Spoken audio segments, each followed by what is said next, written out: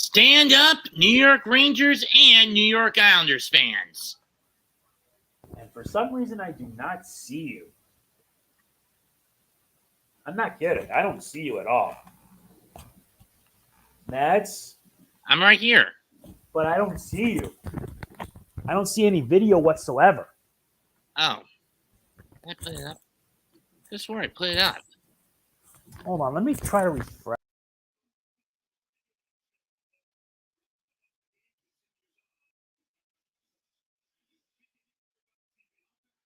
That's better.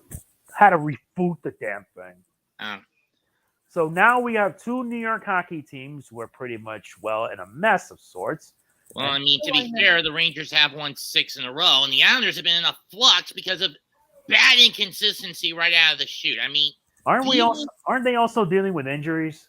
well, that too. But, I mean, be honest. Could you really trust Lane Lambert to lead the Islanders in the way that did the previous few years? No.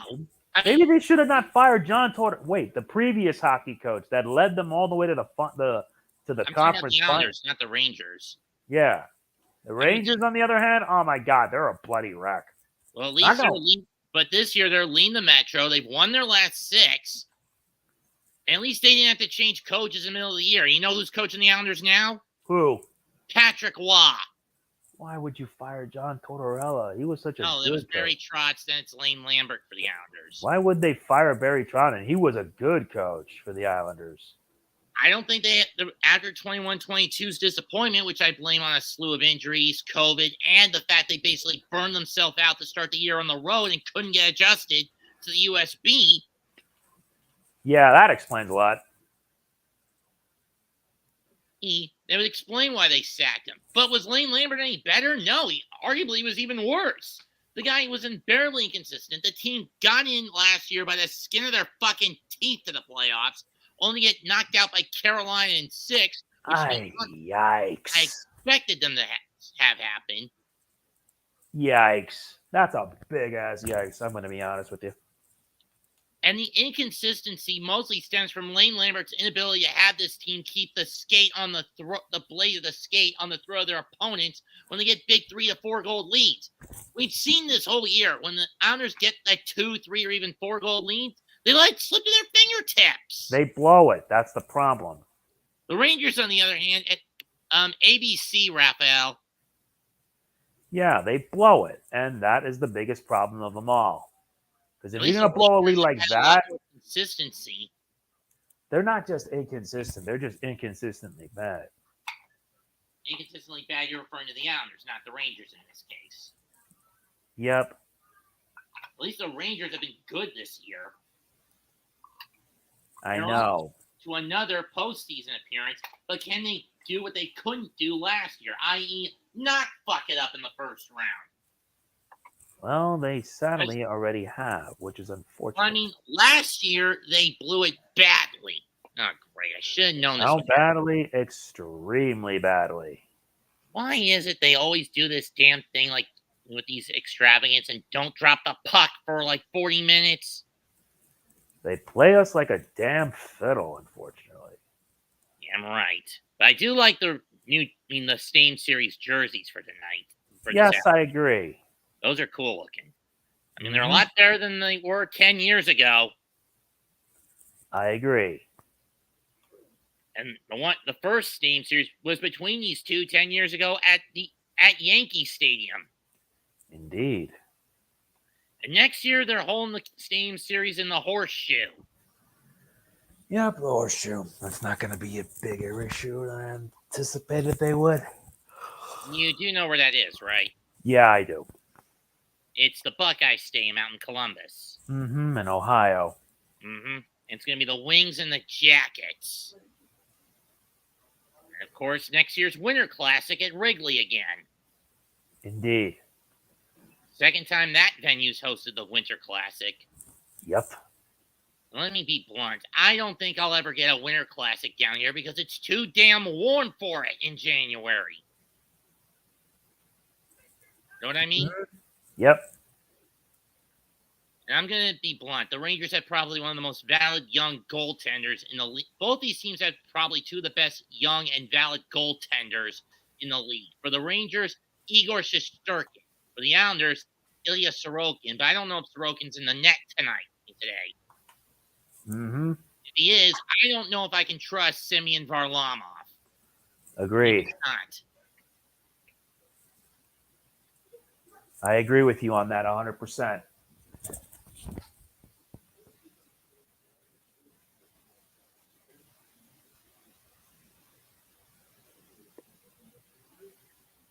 I think these two will play again in April at the Garden.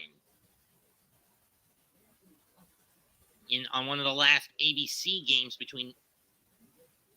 It's rare when ABC puts an Islanders game on here. Very rare, because you don't normally see that happen. I mean, it was pretty common with NBC, but with ABC, no. With the Rangers, it's rather uncommon, but they do pop up quite frequently. Yeah, I agree. When are the Islanders ever going to get a Winter Classic game? I mean, the Rangers have been at least 2, right? Yep.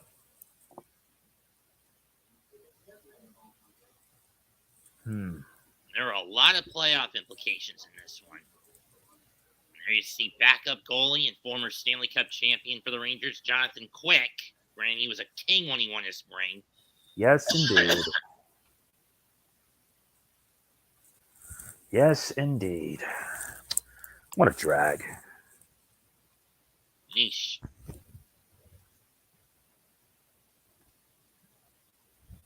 And it will be Shesterkin in between the pipes for the Rangers today. That's a no-brainer. Quick's only used for when Shesterkin gets gassed.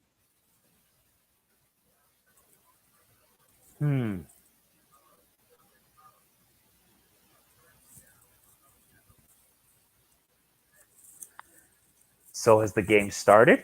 No, they're still doing practice. My guess they're getting some last-minute work done.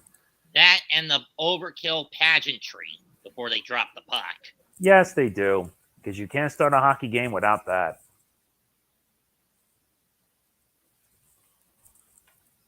This is one of the main reasons I don't watch the Winter Classic. I mean, I got home about 2/3 of the way through last night's game between Philadelphia and New Jersey. Oh, yeah, I forgot about that one. See, from Mad Monster. Damn. I mean, sure, I got home at a reasonable enough hour, 9 o'clock. But you couldn't see the game. No, I got home to catch the back end of the game. I see. That is unfortunate. The Hotel El Cap restaurant was basically stuck on CBS, Fox, and ESPN most of the day. Yeah. Hotels kind of suck for the most part when it comes to TV and such. Most hotels they would have like some sort of like TV. Would you get access to a plethora of channels? Well, I'm saying they had plethora of channel access, but the thing is, the restaurant sticks it on select channels for the viewing to be a little more appeasing to many of the patrons. Mm-hmm. And that includes congoers. Damn. I actually ran to one who for a real throwback dressed himself up as Zeke the plumber. Wow.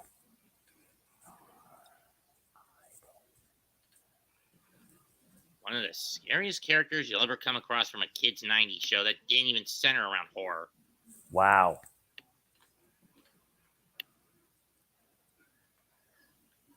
Just wow.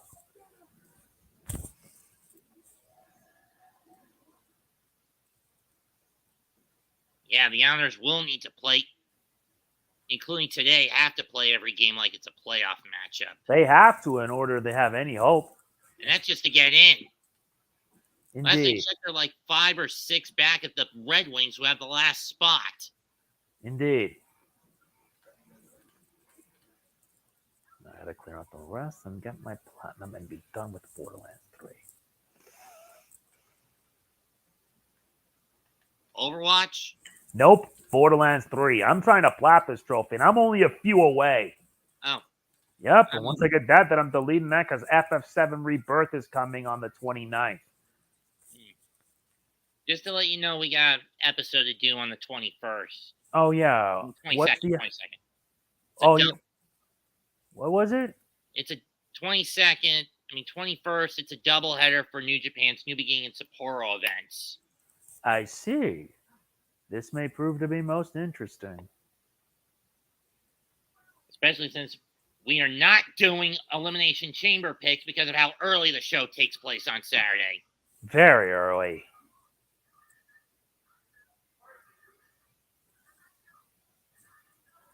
And your thoughts on the probability of a Rock Roman versus Rollins Cody tag match on night one's main event?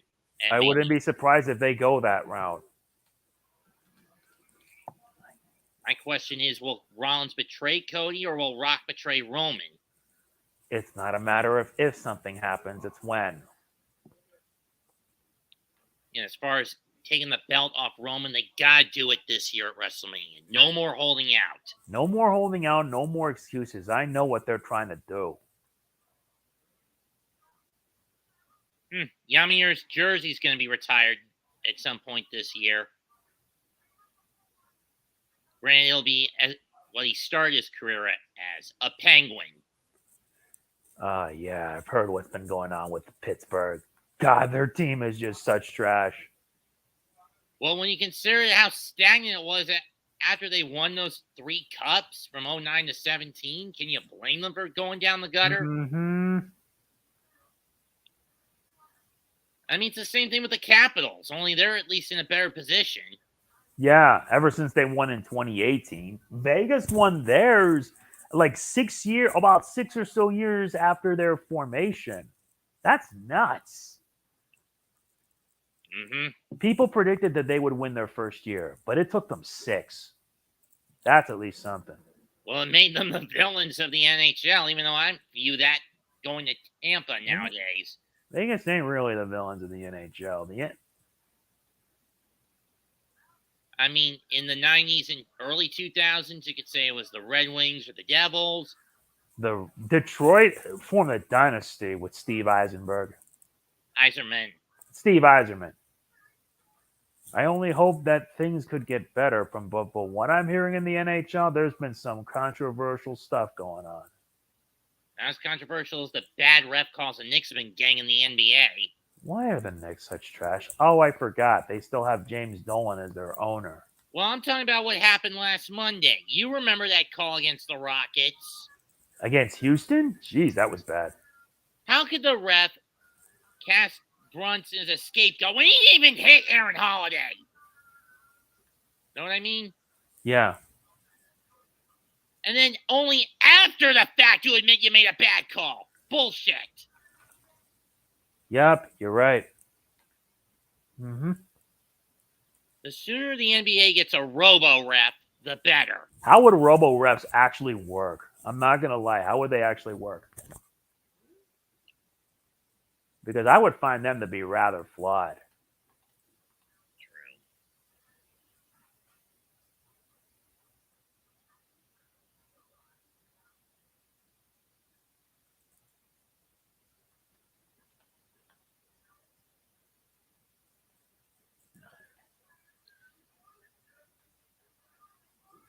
MetLife is not the world's biggest stadium. I say that's the Prison Bowl in Ann Arbor. Yeah, the Prison Bowl in Ann Arbor. I've heard about that. Especially when you remember the Winter Classic of 14. I remember that. That was just sad. You mean with how much snow piled up on the ice? Mm-hmm. I really don't think The Rock will be guest ref for Cody versus Roman DeLuna.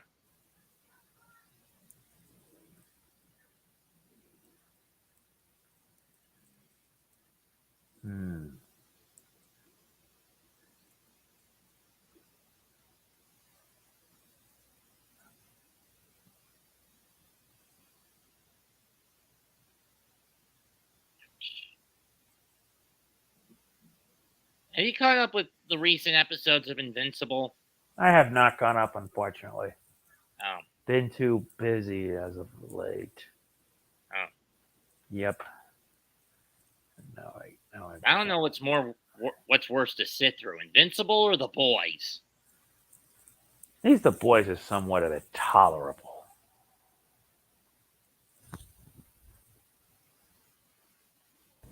It's a shame, though, it's based basically on a comic that's meant to satirize the superhero genre. Not to mention Garth Ennis, its writer and creator, hates superheroes.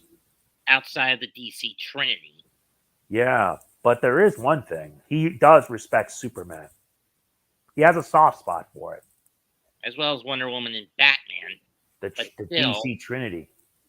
But still, I can understand his hatred towards superheroes mostly with how they get overkill commercialized. Yeah.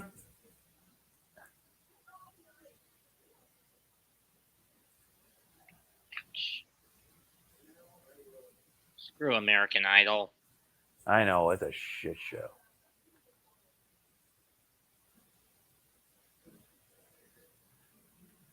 A Taylor ham sandwich. Huh. The iconic sandwich of Jersey.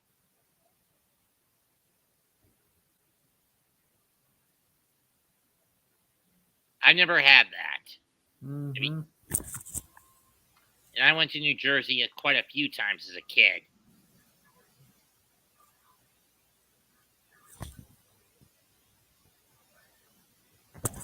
I've actually heard rumors that Priest won't be able to cash in on night one. Yeah, he won't because of Seth Rollins' injury. If he's going to cash in on anybody, it's going to be on Drew. Of course, in order to do that, he and Finn have got to drop the tag titles first. And we know which team's going to do that. Uh-huh. The Awesome Truth. I don't see British Strong Style doing it. I don't see that either. But then again, there's a more personal reason as to why Miz is not in the chamber this Saturday. I wonder why. You've heard what happened to his wife, Maurice, recently, right? What? Tell me.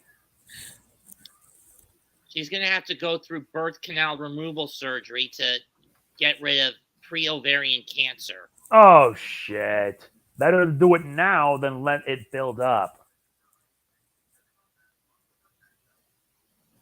Besides, nobody wants to go through that garbage. And plus, cancer fucking sucks.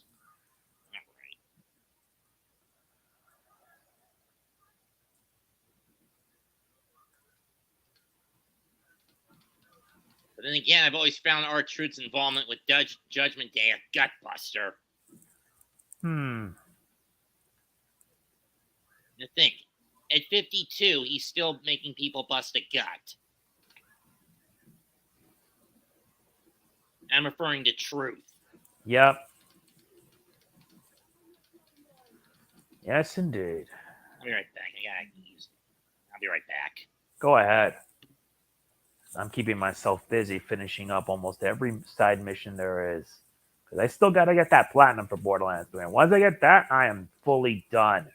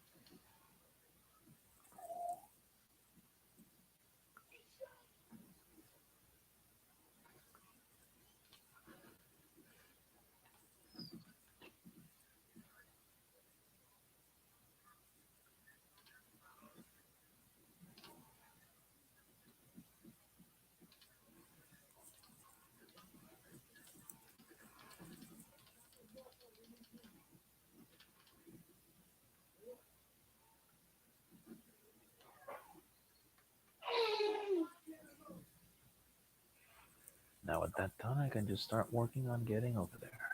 Quickly.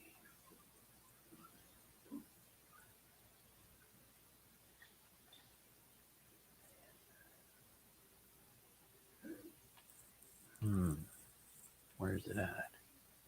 Right there.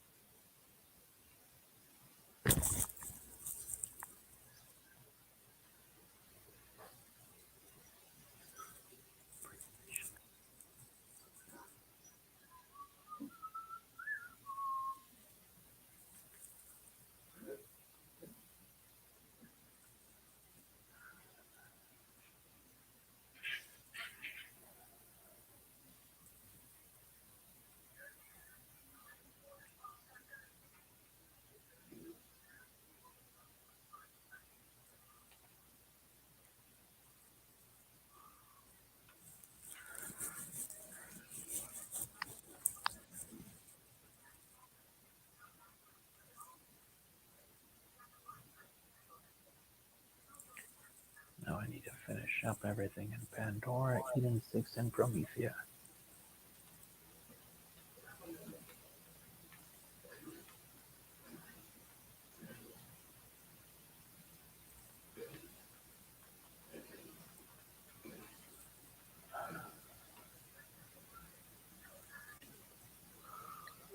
I want to show you something I bought at the show, Jose. Interesting. Nice shirt. Actually, it's a flag, not a shirt. Oh, that's nice.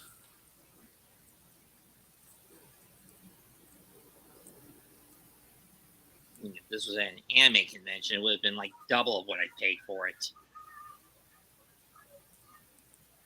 Fortunately, I don't know where I'm going to be able to hang this thing. I'm not sure either.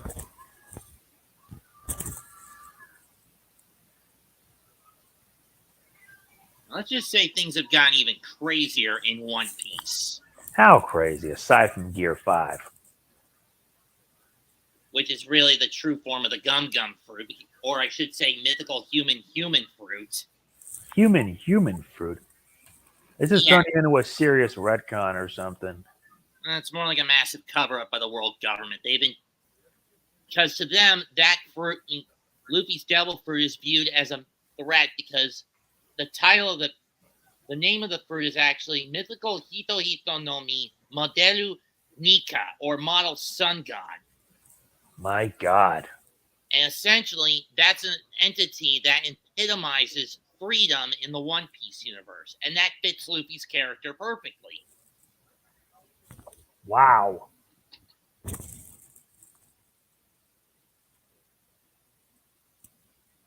As it seems that the Blackbeard pirates showed up on Eggman Island, not to cause trouble, but have one of them that has the mythical nine-tailed fox fruit power replicate Saint Saturn.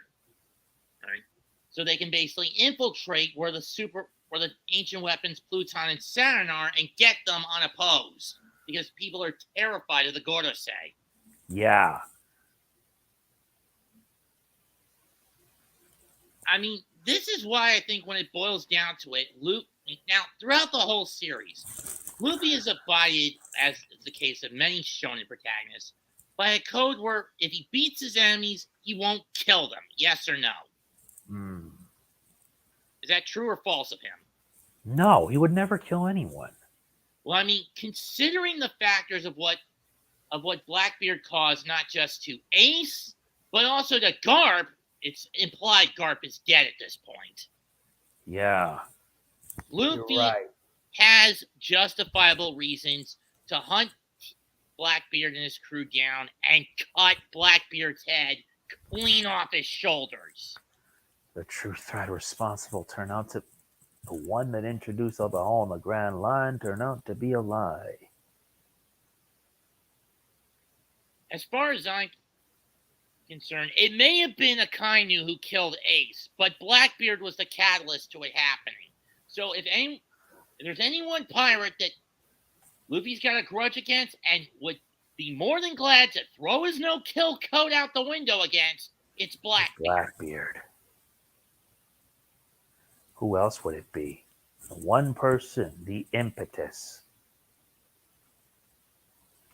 The impetus for everything. And the worst representation of the will of the D clan. Yep. I know it's going to be inevitable that Yuffie will have to fight Blackbeard. I didn't even know that he and Vivi were somewhat related. That's something I never knew about.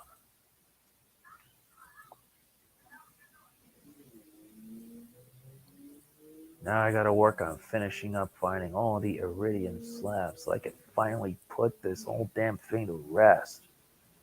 But then, of course, there's Imsan that Luffy also has to deal with. How do you kill something that won't die? Here's the answer. You can't. But how do you force feed him a devil fruit that will make him mortal? That's the other issue. Yeah, that is the other issue. Something that is nigh immortal cannot be killed, and how do you force something? That's a tough one.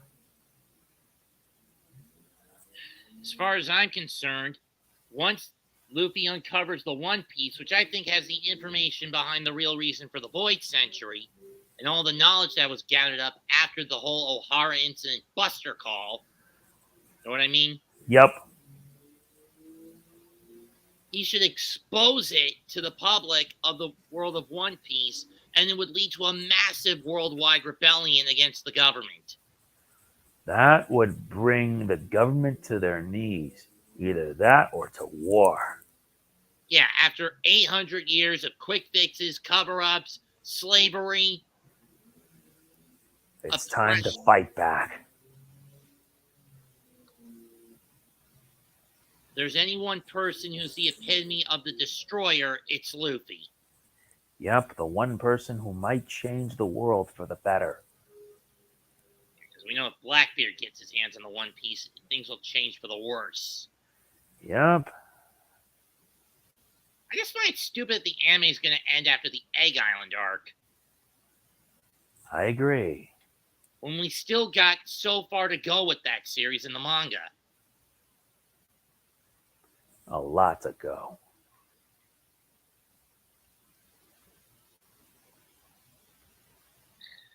One thing I will credit Oda for is keeping the romantic elements to a minimum in this one. Mm-hmm. As any relations between the Straw Hats are strictly platonic. Only time will tell. If Luffy ends up with anybody, it's Hancock. Yep.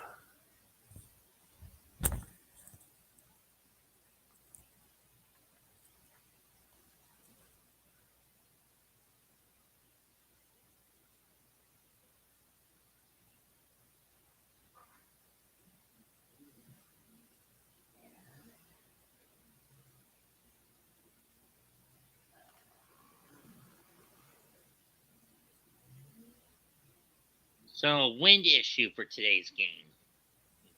Wind issues, of course. Okay, Islanders are 3 or 5 back at Detroit for the last wildcard spot. Rangers are at top of the Metro, currently the second seed amongst the leaders. Mm-hmm. But in terms of points, they're 3 back of Florida and 2 back of Boston. Indeed.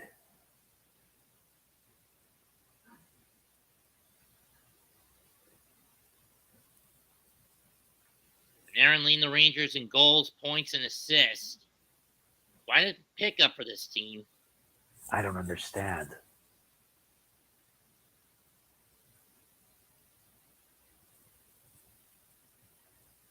On the flip side, Barzell, 56 points to lead the team this year.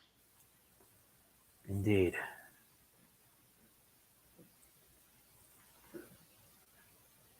Still, when you compare this team to the late teens and early 20s iterations of the Islanders, these are far removed pieces when you think about it. Yeah, a lot of good pieces lost.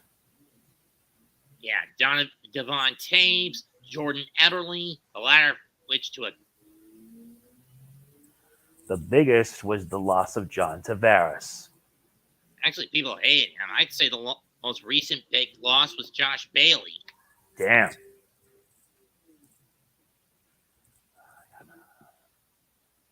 Well, I thought it'd be a Islander lifer, but instead he shipped out. Wow, what a shame.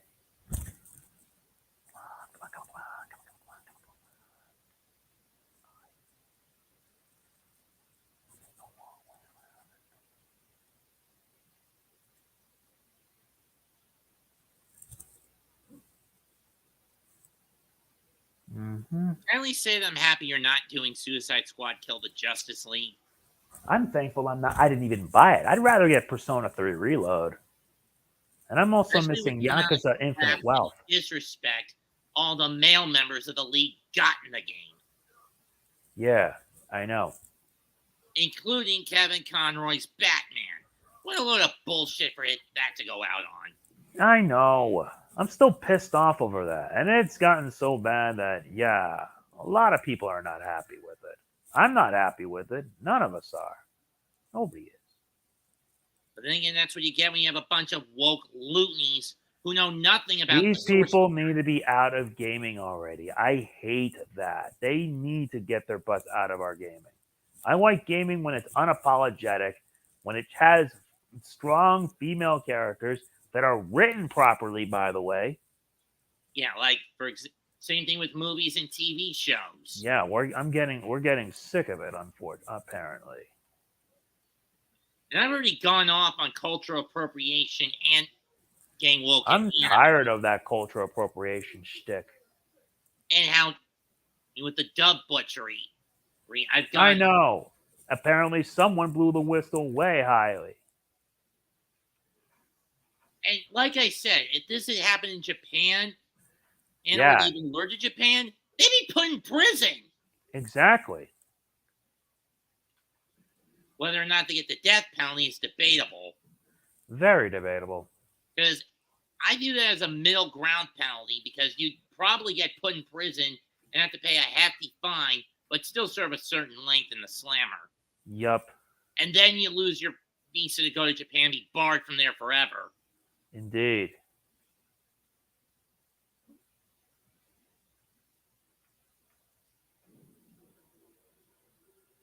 And they ruined X-Men 97 on purpose. Well, to be fair, if I had an idea on how to handle Morph, I would have to do with his trauma, especially at the hands of Mr. Sinister.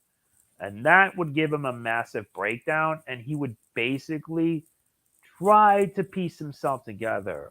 I wouldn't say that he would be non-binary, but I would rather focus on making the writing better. So that way I could have him feel like a bit of a sympathetic character. Someone that had endured so much pain, so much trauma in Mr. Sinister. Let's not get to the fact that he almost died. That he died in the first episode, but was brought back and became a villain. Rogue's assets, from what I'm seeing. Ah, yeah, don't remind me of that. I liked seeing Rogue's assets. It was just a divine thing to see. I mean, because, yeah, Rogue was just awesome.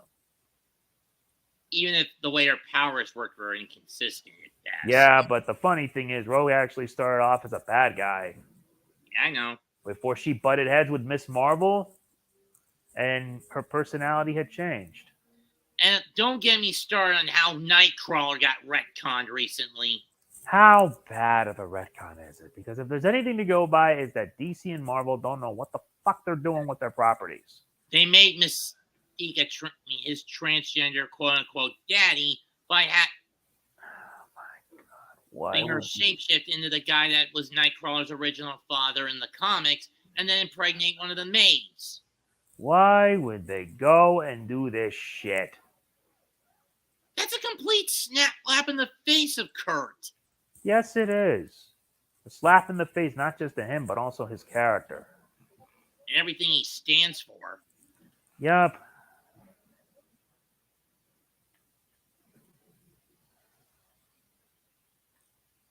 All that did was made it worse. And I hate that personally. I hate what they're doing because it's not like they don't give a shit about the property. Let's just hope when you know who gets sworn back in and he goes after the media, these people get put behind bars. these people get put in their place, actually. That's what I would say. Because these people need to change. This needs to stop. There needs to be some balls back. People have gotten too soft because they don't like getting too offended. And I, for one, am sick of it. Let's just hope that the Deadpool movie fixes some of that. But I'm not holding my breath for the next 5 months. Indeed. Especially when Deadpool is meant to be the antithesis of woke. Yep, and then they decide to go do that anyway, which is bloody stupid. It's no wonder why anime and manga are kicking their asses. And now they want to make sure to change it to suit their needs. Fuck you, Kathleen Kennedy. Yeah, I made that point pretty clear when I finished doing my playthrough of Lego Star Wars, the Skywalker Saga, when I did the final episode, The Rise of Skywalker. She basically ruined Star Wars, in my opinion. I wonder if she actually does have a Pander Stone in her office. I have to wonder about that, too. At which point, if she does, we find it and destroy it. Indeed.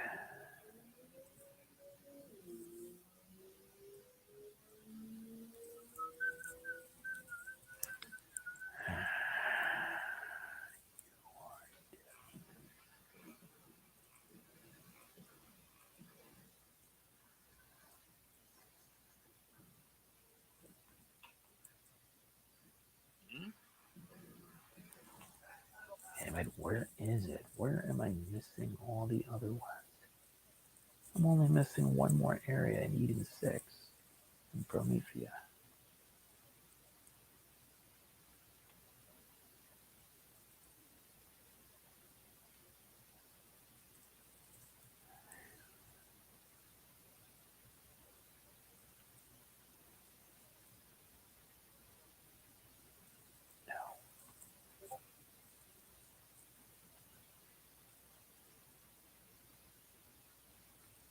That Iridian writing slab has been found.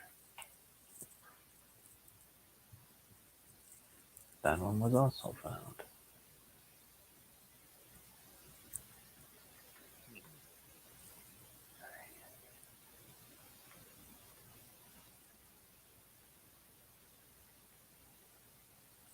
That one was also found.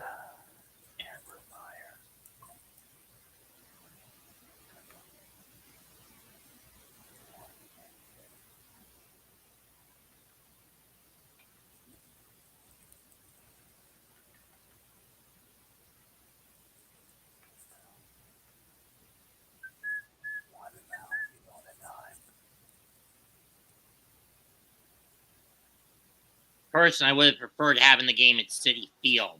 But then again, they're saving baseball stadiums for the Winter Classic. Know what I mean? Yeah, I do.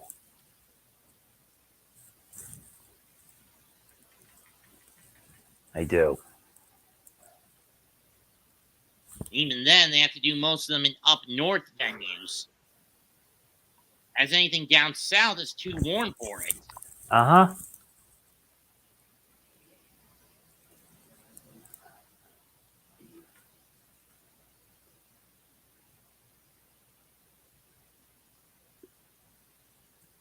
Here we go.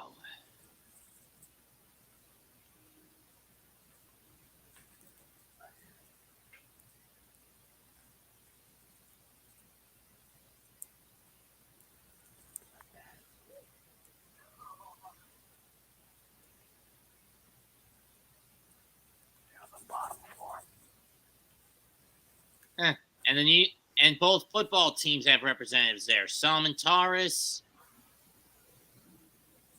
Elijah Perry Tucker, Reese Hall,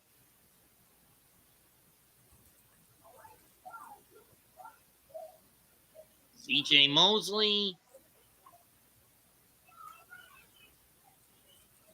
and Quincy Williams, or Quinn Williams from the Jets.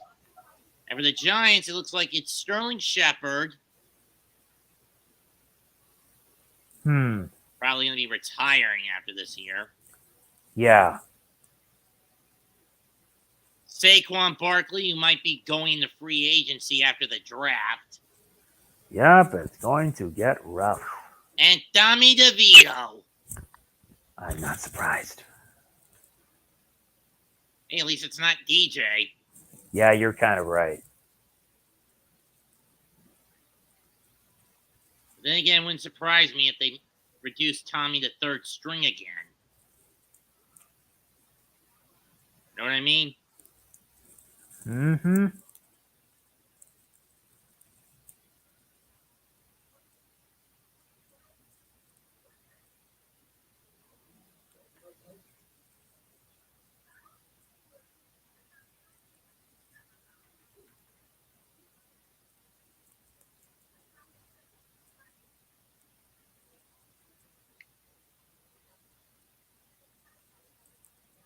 Rangers coming out of the Jets suit. Islanders coming out of the Giants suit.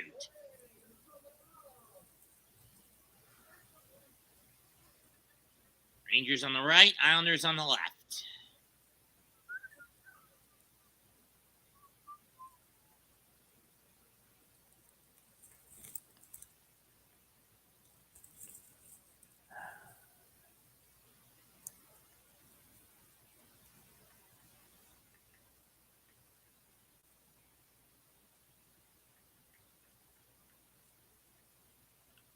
Well, Madam Web proved to be a bust.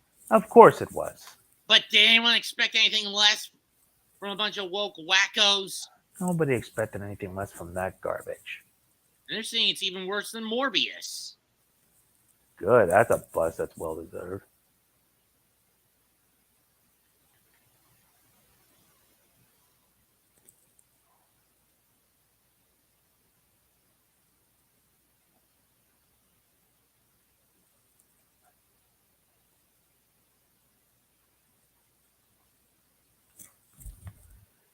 I'm surprised it did was a bust.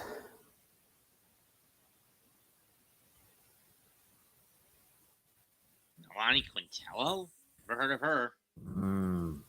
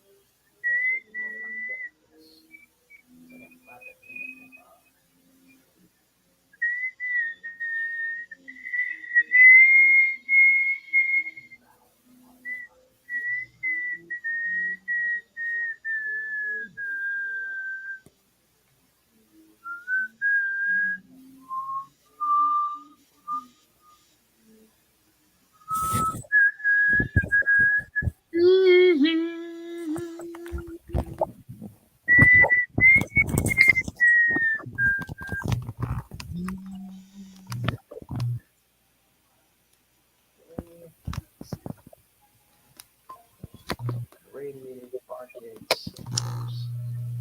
Down. Where the hell is that?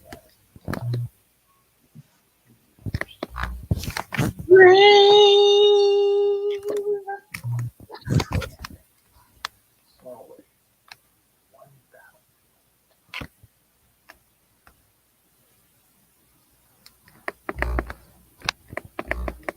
Seven.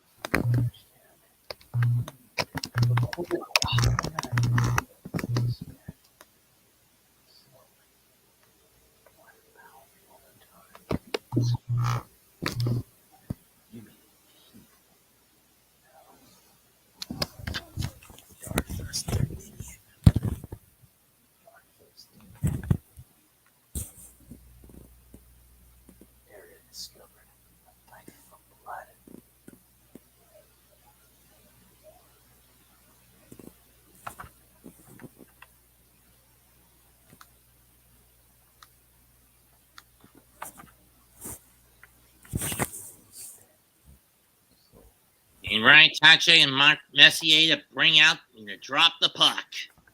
It begins. Well, the ceremonial puck drop. Yep.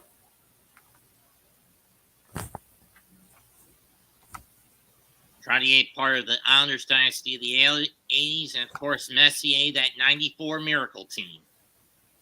Mm-hmm. Coupled with 5 other cups he won with Edmonton. Was it 4? I don't remember. Jacob Trouba and Anders, you take the current captains of the Rangers and Islanders respectively take the drop.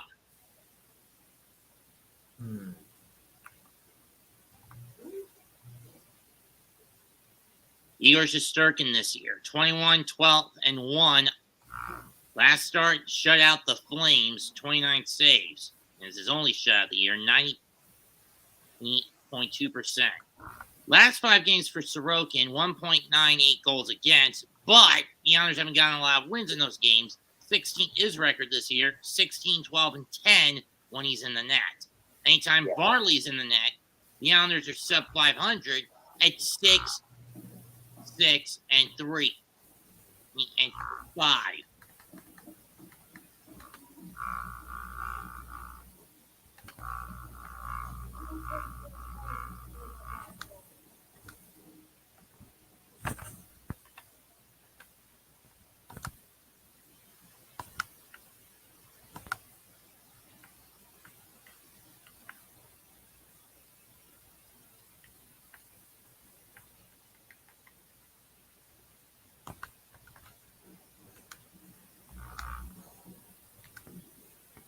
Islanders will go right to left to right. Rangers right to left. Draw is won by Islanders. They'll back up into their own zone. Try to clear it out. They get to Lee. Puts a shot on. Saved by Shesterkin. Rebound goes wide of the net. Fight the front. No. Going by Fox. Miller sits it in. Sorokin will cut it off from behind the net. Rangers will not be with that. Will not have Jones or Sink. Rangers have Lee, Barzell. And the puck goes into the seats 37 seconds into the game. Into the bench 37 seconds. Not wasting any time, are we? Nope. And there's Patrick Waugh, the coach, the new interim coach of the Islanders. I guess they replaced him. What? I guess they replaced him. Yeah, they replaced Lambert with Waugh. Rangers win the face-off and shoot in the and fling in the Islanders' net zone to get it out. Islanders do center ice, get it into the Rangers zone. Shesterkin cuts it off. Right. And there was a centering setup, but no good for the Islanders.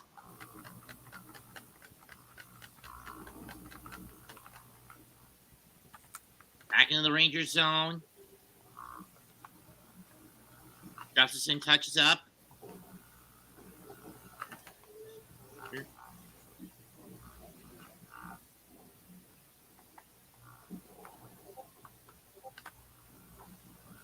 Pass goes wide of the net. And goal! All right. Nice. For the Rangers, by Eric Gustafson, and the Rangers draw first blood a minute and a half into the game.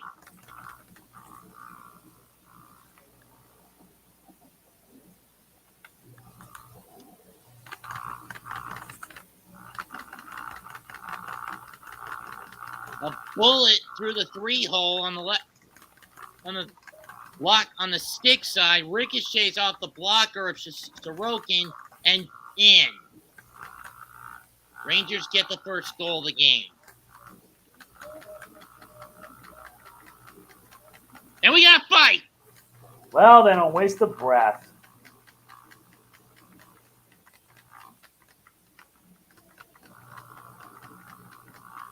Matt Martin for the Islanders and this rookie, whoever number 73 is, for the Rangers.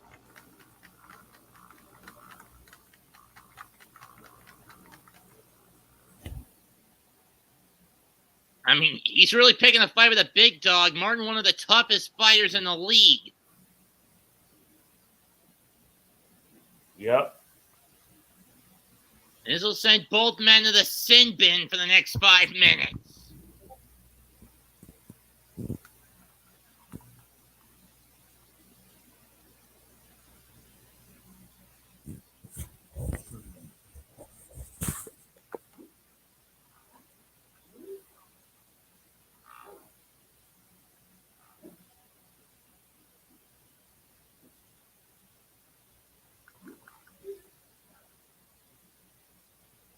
Matt Wemby, huh?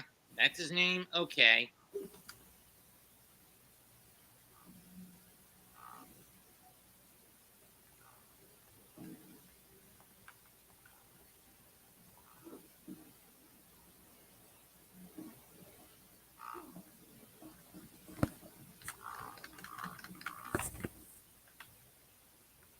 The Ranger taken down. Into the Islanders zone. Matt Rempe fought 21-year-old kid making his debut for the Rangers tonight. Must have been a call-up. Yes, it was. And the puck will be iced.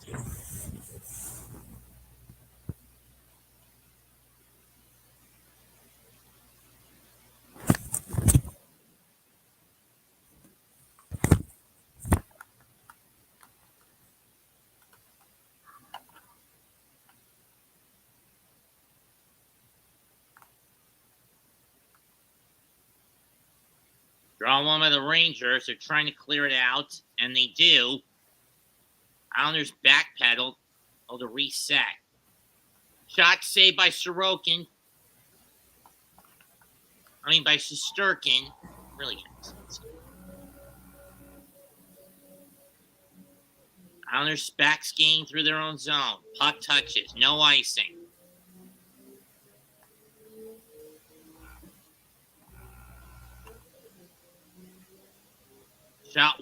Shot save, and Shesterkin will grab it. We'll get a firm grip on the biscuit. 17:36 left in the first period. Rangers fourth line, a lot of big guys. Barkley Goodrow, Adam Edstrom, and Matt Rempe.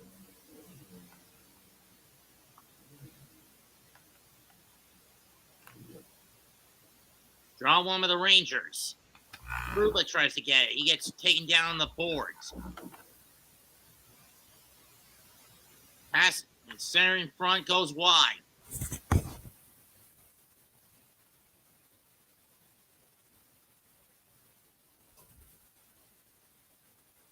For Gustafsson, that was his 5th goal of the year and his 2nd in the last 43 games. So he's not been very reliable as a scoring option for the Rangers. Mm-hmm. And the puck is iced.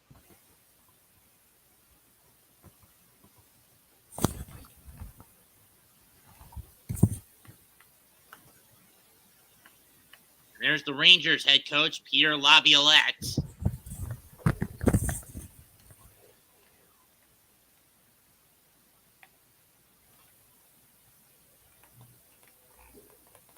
Rangers have outscored their opposition 26-11 in this 6-game winning streak coming into this.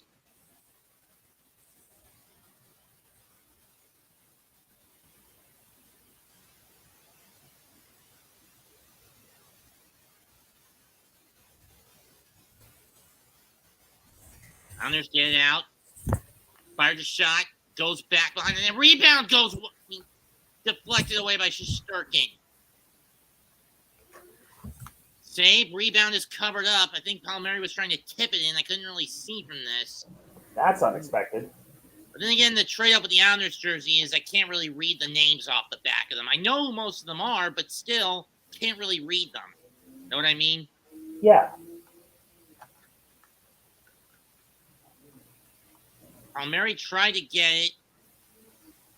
Did that hit Palmieri's glove or did it hit the post? Let's see from this angle. Hit the pad. Oh, it hit the post. I'll explain the ricochet. Yep.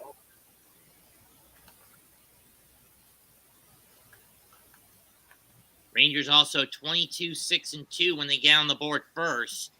I think in the last game they were on ABC against Washington, they scored first, and they ended up losing that game.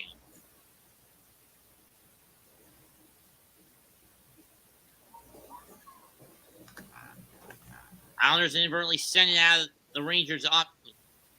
Shots on goal 6-1 in favor of the Islanders. Pollock will go back to get it.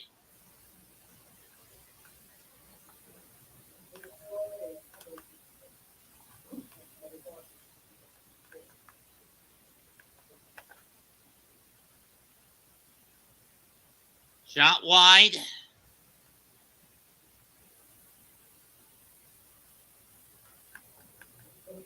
That's going for the Islanders!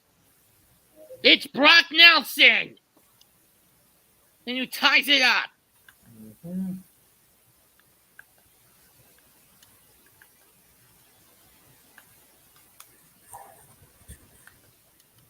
For Brock, that's number 23.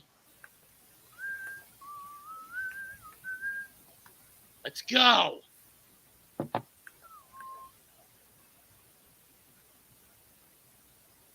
Left side over the right side over the glove and in. And the Islanders with the yes chant. And Islanders fans with the yes chant at about 4:20 into the period. The Islanders have tied it up. Wow.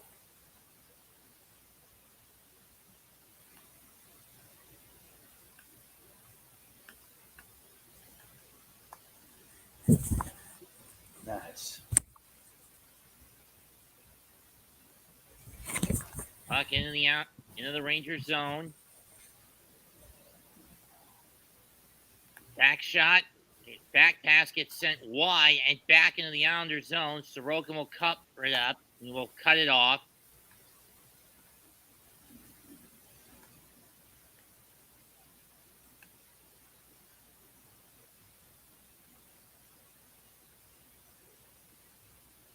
Ridgerow tried to get it through the zone. Now the Rangers on the attack with it.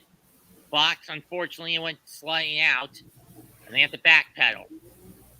And we got a penalty coming up on the Islanders. I think they're saying holding the stick.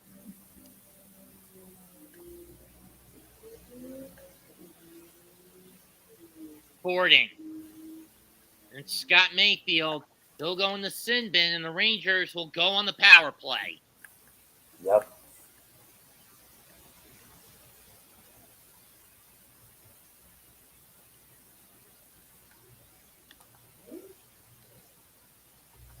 Whoop, wrong setup.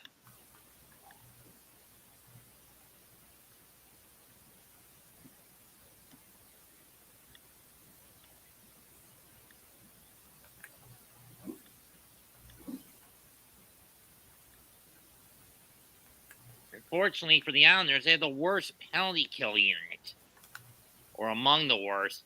But for the Rangers in recent games, while they were among the best, they've only gotten one in their last 22 attempts. Fox with the puck. This is Zibanejad. Blocked in front.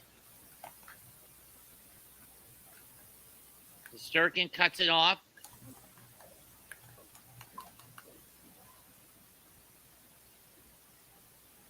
To Panarin. Trockett. Zibanejad fighting behind the others fighting behind the Ranger net. Islanders clear it out. Just under a minute left on the penalty to Mayfield.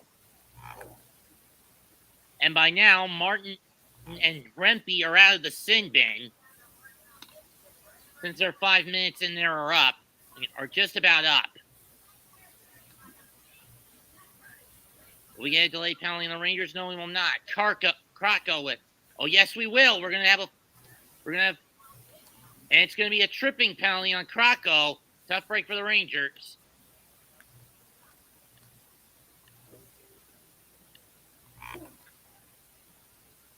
And that basically puts an end to the Ranger power play. Krako in the going into the sin bin.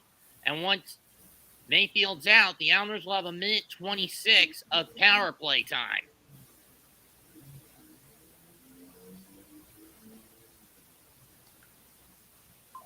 Oh, it's Lafreniere who's guilty for the penalty. Like I said, folks, I don't do a lot of hockey calls on here, so I wouldn't know a lot of who's who, even though the Rangers and Islanders I do the most tabs on. Me too.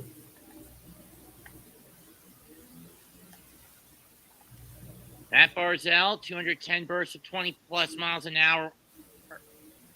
Draw one by the Rangers.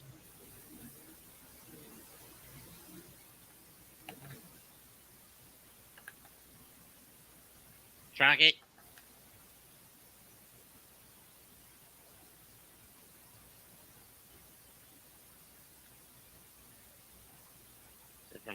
Cohen trotch it, and then Clutterbuck and Mayfield assist on the Nelson goal. Goal! It's Matt. It's Bo Horvat, and the Islanders take a 2-1 lead. Well, this might prove to be interesting.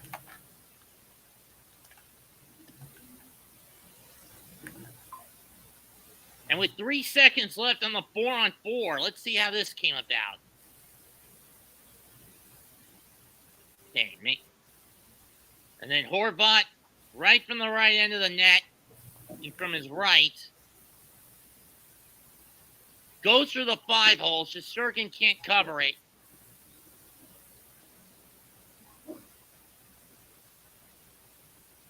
And it's now 2-1 Islanders.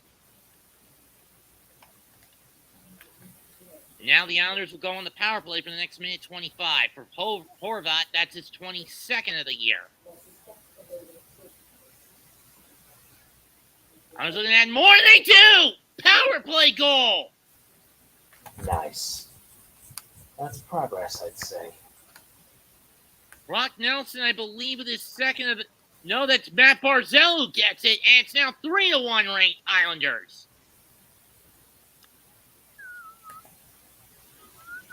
And this game's not even 7.5 minutes old. It's not even 7.5 minutes old, and they don't waste any time.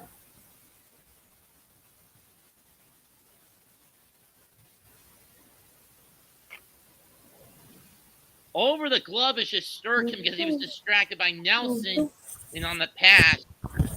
And it ricochets off the stick of Barzal and over Shesterkin's glove to go in. Yes, yes, yes, yes, yes.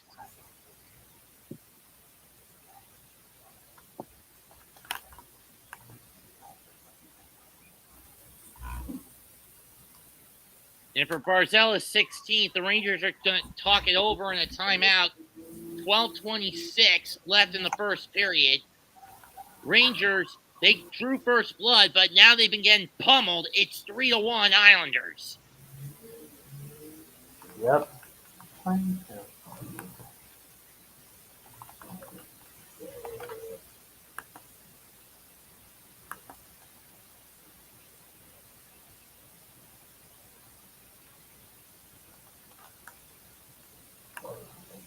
And that was a power play goal for the Islanders.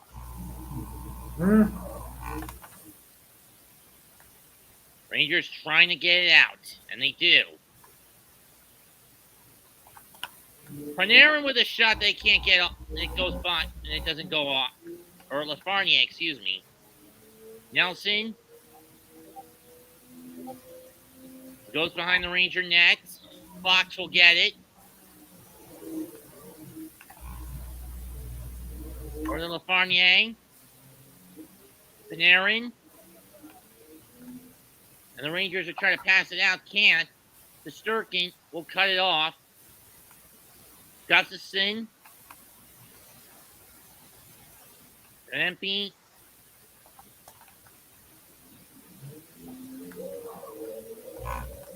Islanders clear it out. Barzal loses it. Scooped up and then dropped by Shesterkin behind his net. To Gustafsson over to Fox. Lindgren.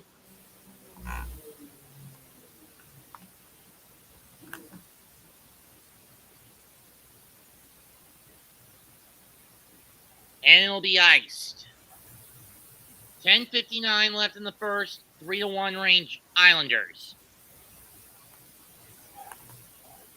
I'm more of an Islander fan, Raph. Why do you think the scoreboard's orange in this case?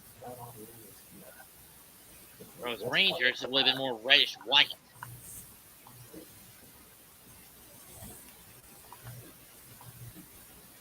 I've been the biggest fan of the Blitzkrieg Pop. I don't blame you if you are. Draw one of the Islanders.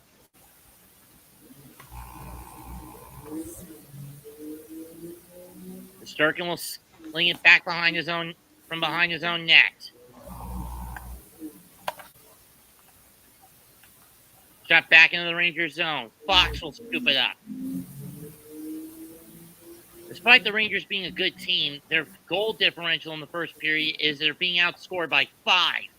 And I think by now that's more than close to double with 8. Yep.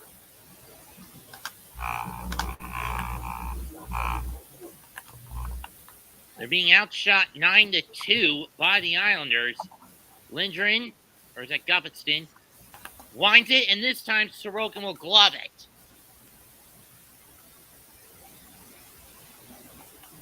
And we'll take a TV timeout. 10-11 left in the first period. Islanders 3, Rangers 1. And you're watching the MegaMets podcast coverage of the Navy Credit Union 2024 or NHL Stadium Series, Day 2. Well, this will be amusing.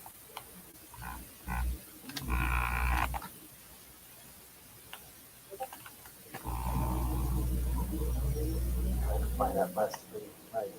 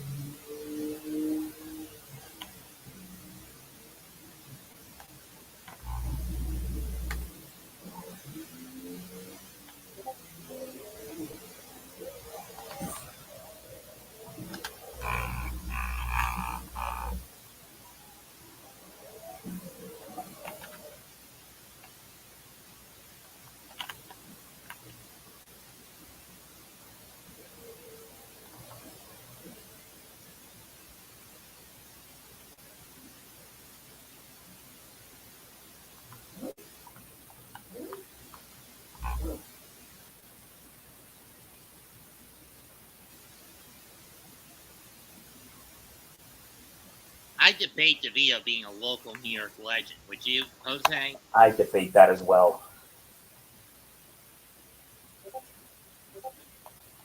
Because personally, after I think DeVito got concussed against the Saints, he wasn't the same after that. He was not the same, which is unfortunate.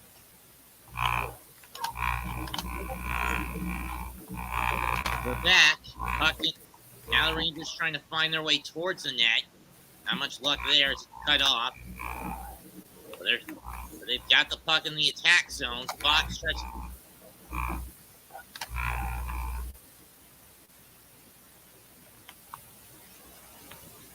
Hunter's trying to clear it out. They do.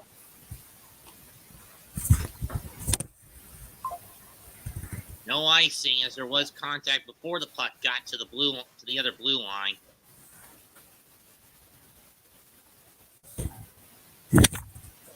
Rangers threatening. That plan of attack is cut off. and the puck goes into the seats, into the benches, 9:15 to go.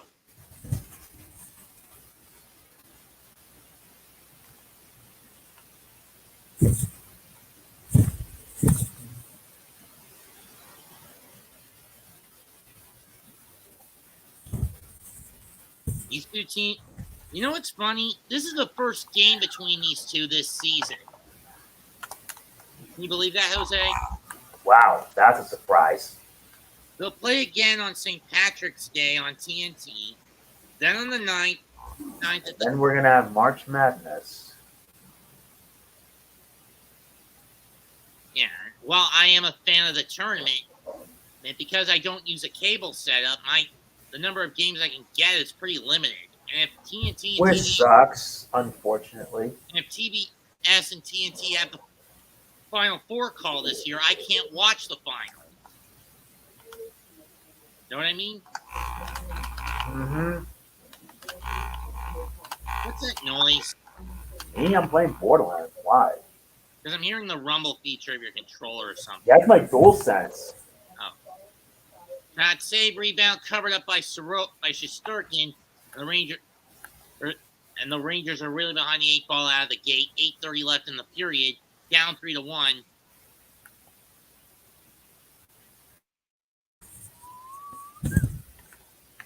And then on April 13th in the Garden, these two teams conclude their season series.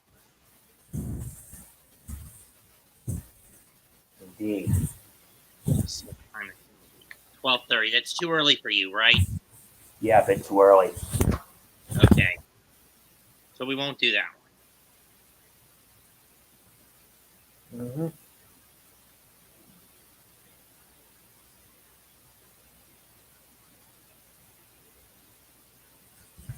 Hold a second.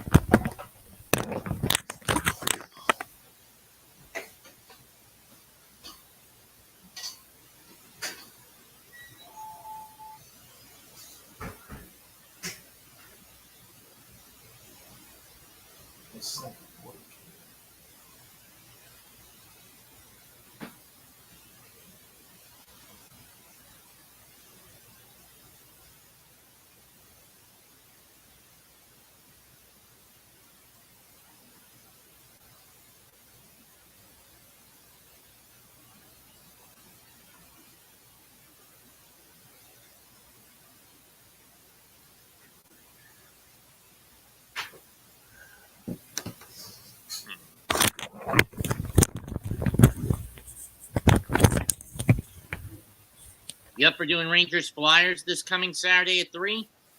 3, I'll see what I can do. I'll see what I can do. All right. Because if you're not, I can understand skipping that one. Yeah, I know. Because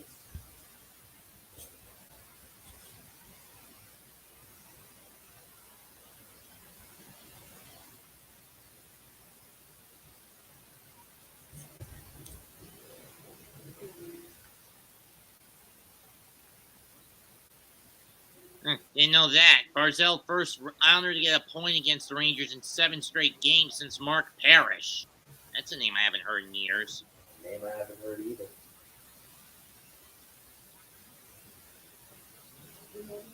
Out of the rink and into the state park area.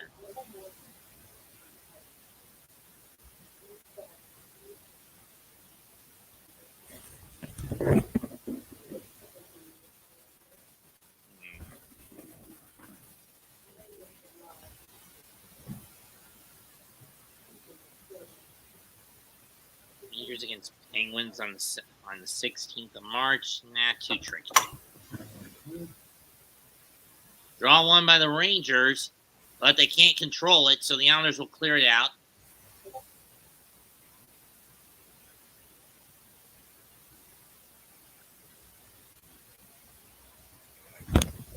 Lindgren's got it. Gets knocked down. Clutterbuck with the takeaway. Snyder. Yep. Stole it. One-timer attempt by Martin. Ernie whiffed on it. Dropped it, Stin with it.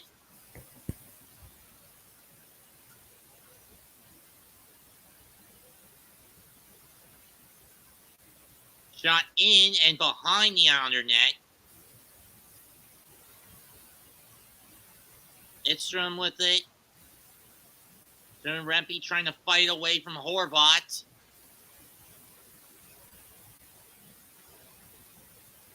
Pollock and others trying to join in. Into the boards goes Horvat.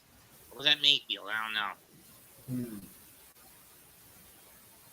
And it's an icing call.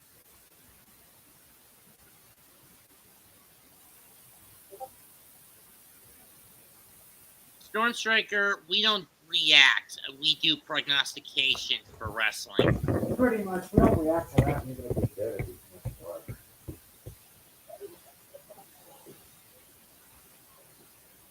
Yeah, a lot of work anyway. JG Pajot and number 16 for the Rangers taking the draw. Trache.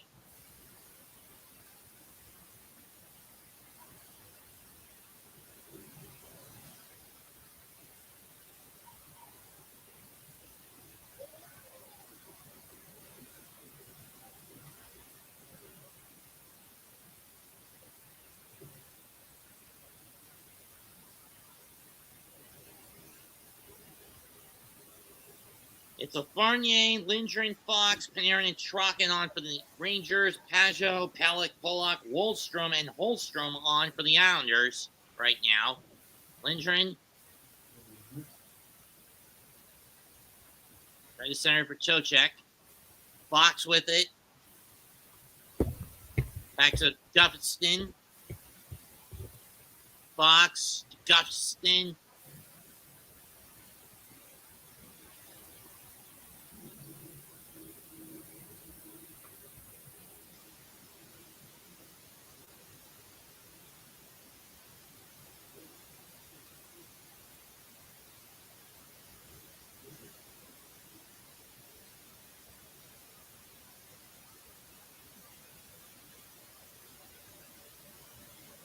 Okay, still in the Rangers zone.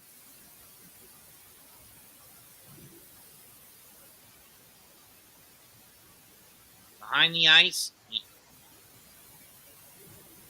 Or close to behind the net of the Islanders. Shot wide. Horvat shot wide, rebound. He goes wide again. Another shot goes wide. There's by Anders Lee. He gets it free, but the centering pass is botched.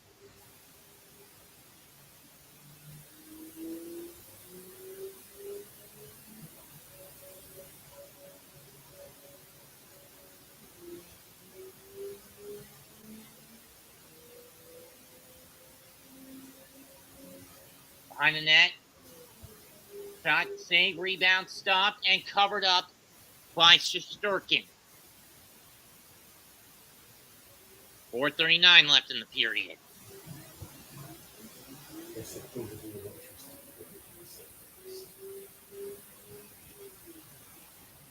Or one, depending on how it goes.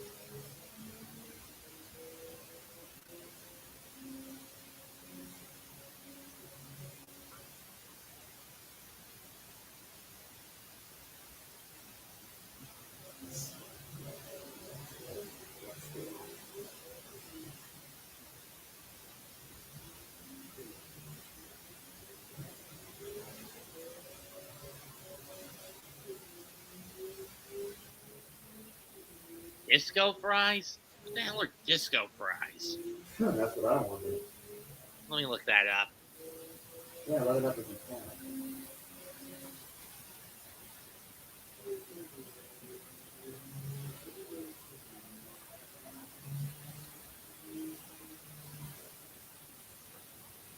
Oh, it's basically a Jersey form of poutine. Except they use mozzarella instead of like feta or brie curds. Ooh, that would be nice. I eat that.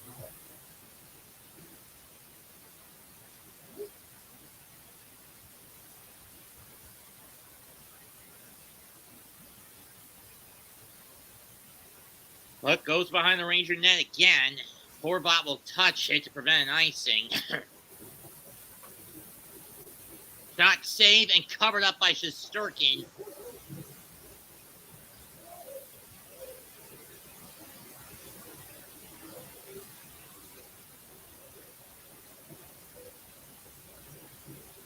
The name disco fries started in the late 70s and early 80s, where diners had an influx of disco goers coming in for a late night snack after a full night of dancing and partying.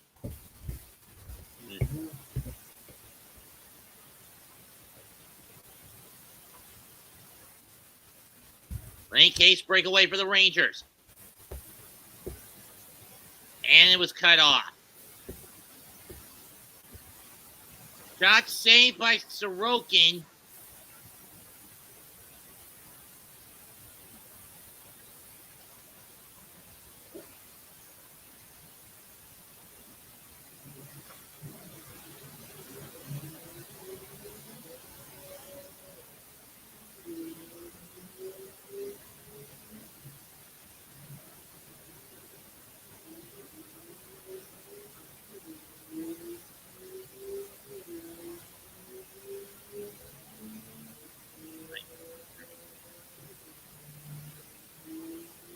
Kreider, Edstrom.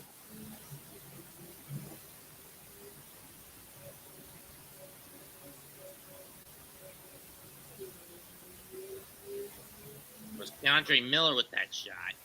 I always thought that was JT.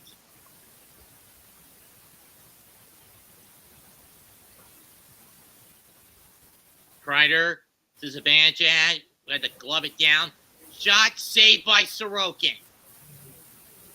3:24 left in the period.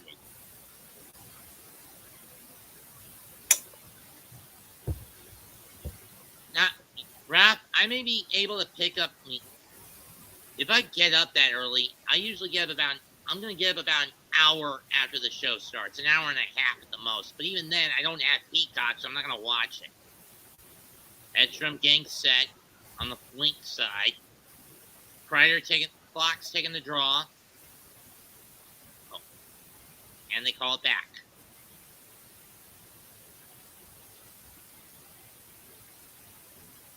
MP against Barzell. It's won by the Islanders.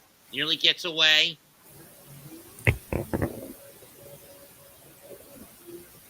Oh, that was Cizikas in the center, in the draw circle. Never mind.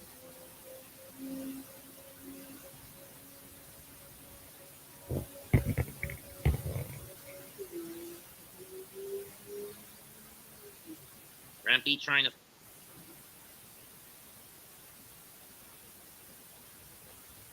It's Edstrom and.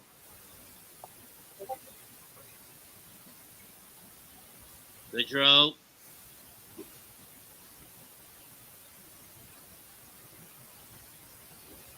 Snyder with it, being chased by Clutterbuck. Clutterbuck will get it. One-timer to the Pajot, and it's covered up by Shesterkin.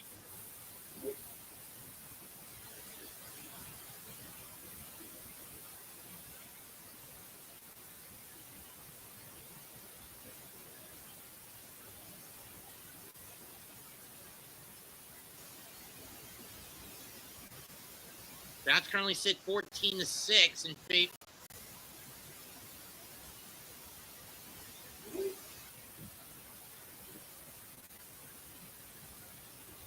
Draw one of the Islanders.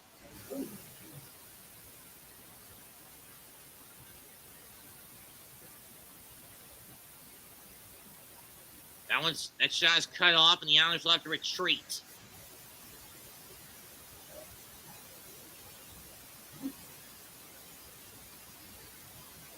Fox with it behind the Ranger net to Gustafson. The Taco. Sorokin tries to bounces off the boards. He can't get it out. Shot wide of the net. Instead of passer was it a shot? I don't know. It went wide. The Rangers have to retreat.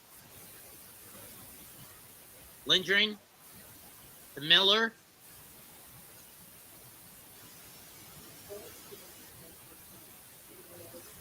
Panarin.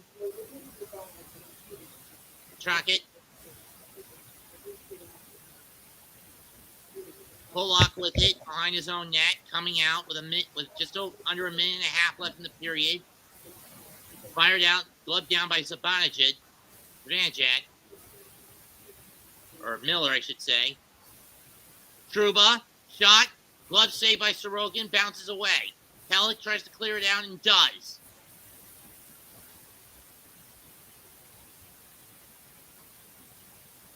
Puck behind the net.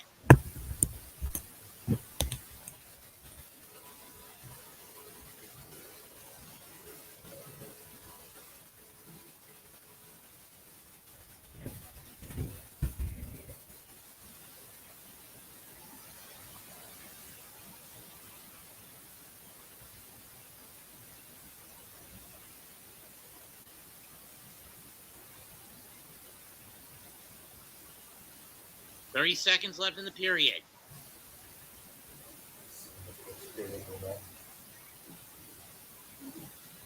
Palmieri tried to get to a pass off, couldn't get it. Kreider was trying to get to the puck, got cut off. 10 seconds left in the period. Fox. Entrant.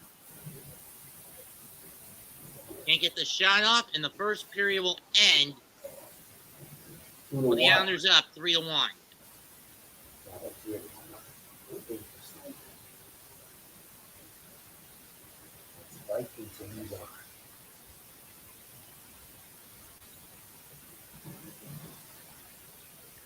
Beyond Storm Striker, I wouldn't be surprised if the race gets moved to Tuesday because there's going to be more rain heading down to Daytona Beach. Yep, only going to make it worse.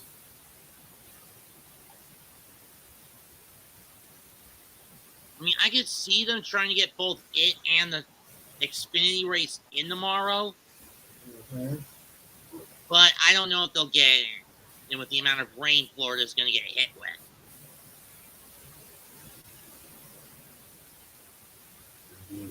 But in any case, the first period ends 3-1, New York Islanders on top.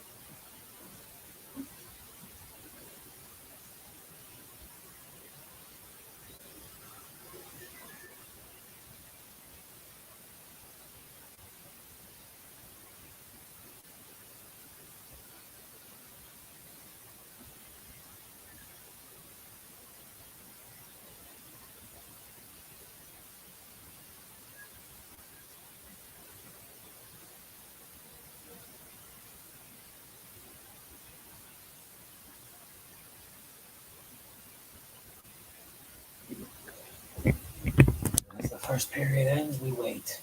We wait and see how things play out. We're in intermission. Don't mind me.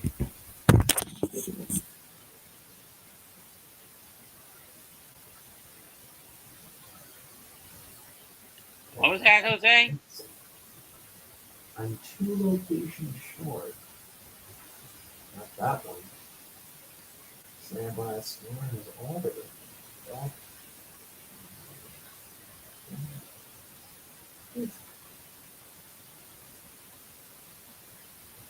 if it was Devil Raven, no, Devil Raven, I don't know. Devil's Razor locations. I'm 2 locations short.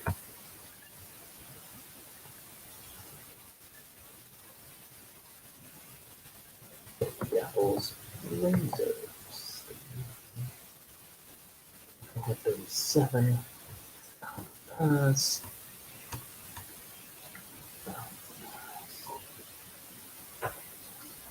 Oh, I already got that. Okay, so now what? Destroy it. Let's take care of that first.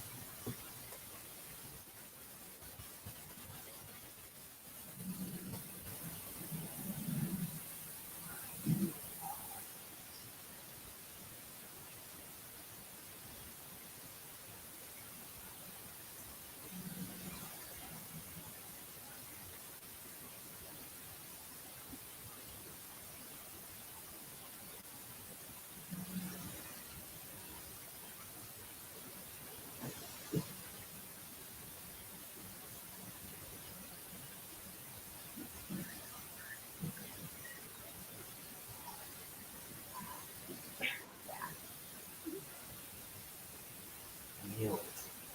There it is. Okay.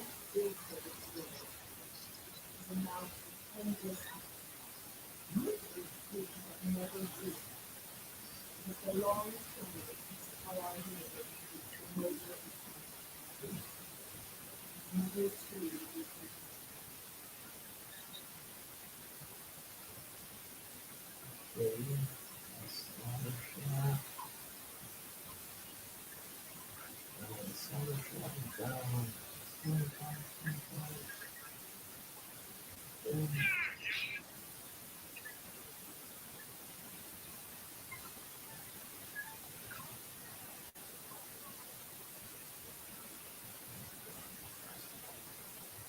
All the locations have already been.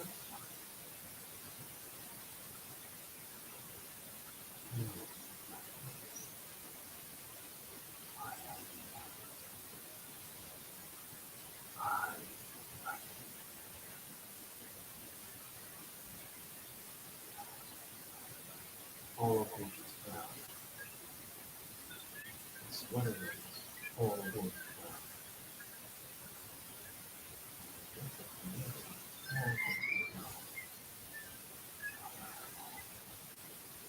I'm one short.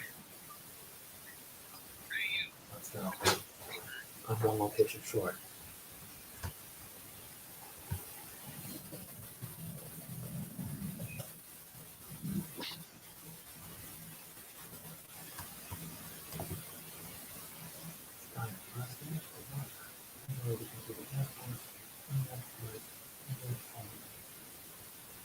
Could it be this?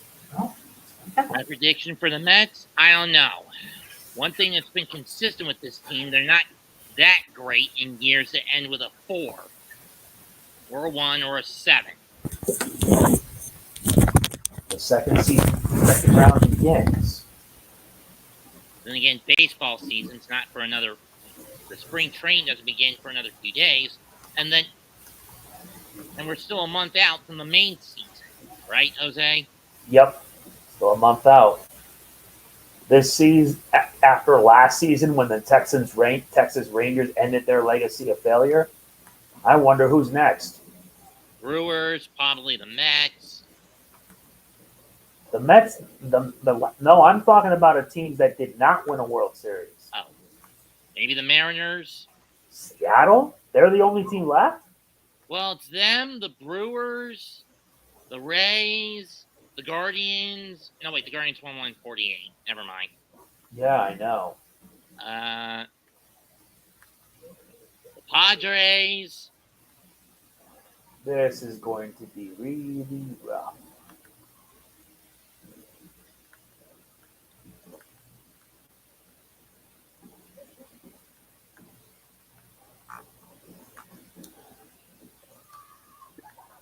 I think it's just the Brewers, the Mariners, the Padres, and the Rays haven't won a World Series yet. Well, this, like I said, this might prove to be very interesting.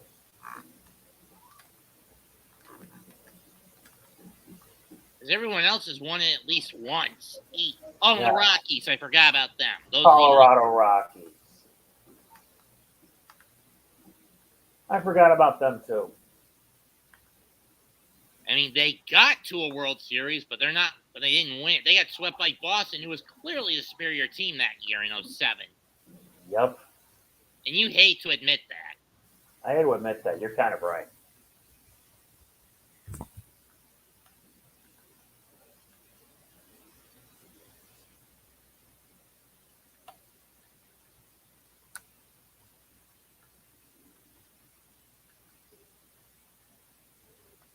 Tough break for Steve Levy.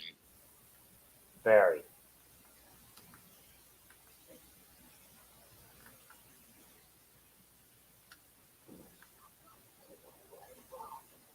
AJR. Have you ever heard of these guys? 100 names per second. Have you ever heard of these guys, Jose? Never heard of them. Oh.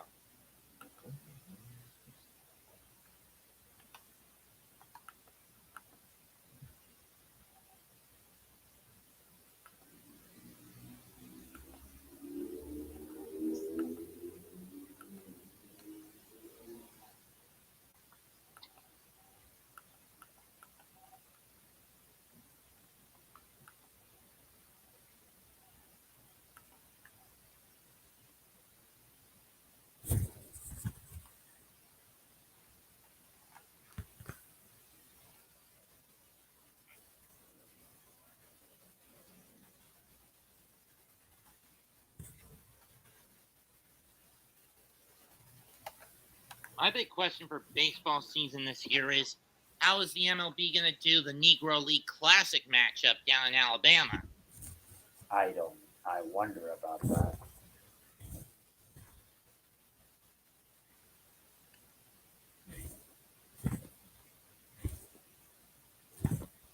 I mean, when you think Alabama, you think usually collegiate football or stock car racing. Yes or no? Mm-hmm. And you know what I mean by stock car racing, right? Mm-hmm. The big racetrack in the country, Talladega. Yeah.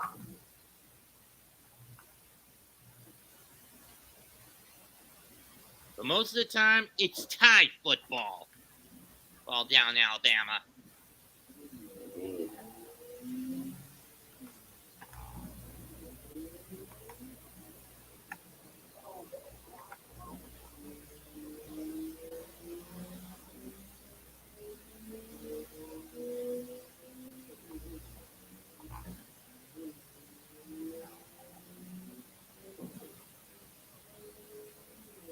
Huh. The Choco Tacos are coming back. Nice. Those are those Klondike ones, right? I believe so. Well, I can't believe it. If they're coming back, I'm buying one. how often does an ice cream truck come by your area? Sometimes. Every 2 or 3 days, I think.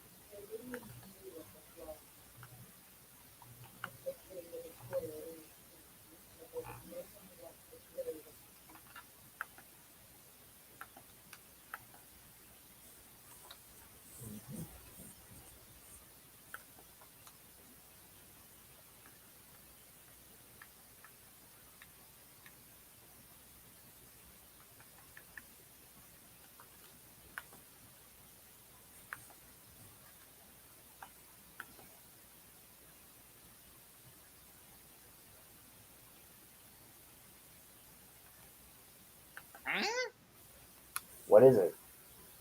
On Etsy, someone found the Salute Your Shorts Awful Waffle Kit, Did they now? Don't say. including one tennis racket and one bottle of syrup. Oh well, ain't that a surprise? And for $25. Wow.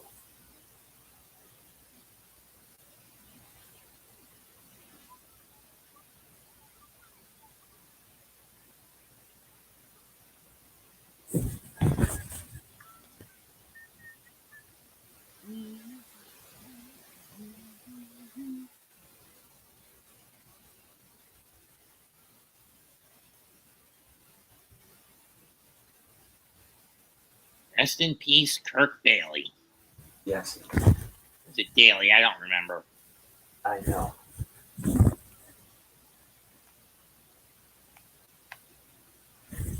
Second that one.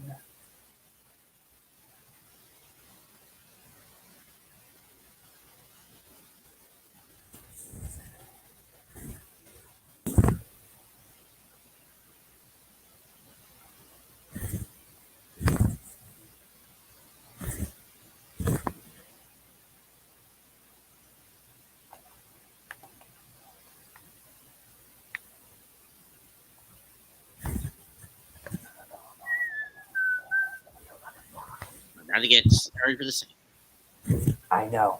No, Storm Striker. The taco shells of the chocolate tacos were made out of waffle cone.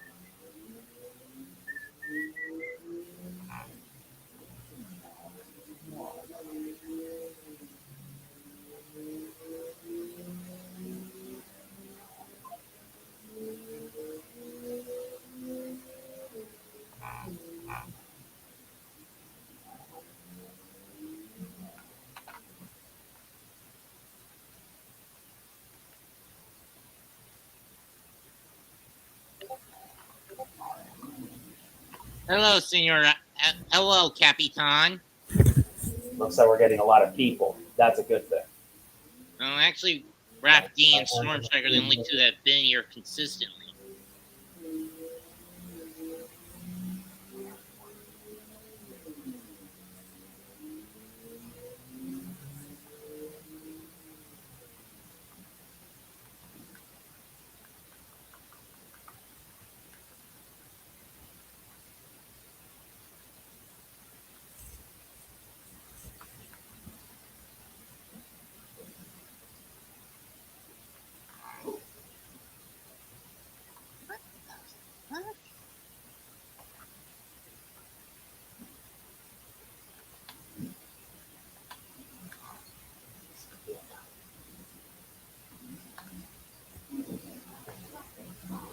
There you see Dennis Potvin and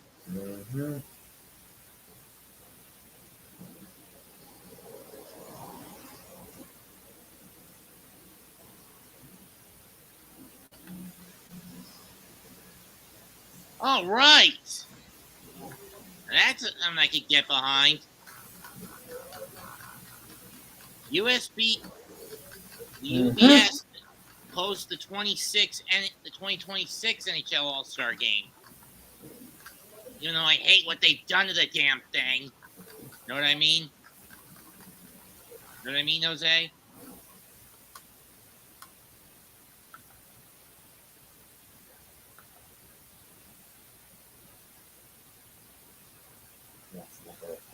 one. Now Heat at 6. I mean, I seriously hate what they've done to the NHL All-Star Game. I flat out hate it. Don't you, Jose? Yeah. We don't need the All-Star Game to be a damn tournament. Mm-hmm. Just put 16 players from each team on two teams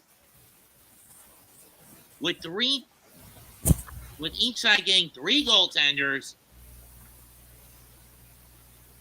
and then be done with it. Yep.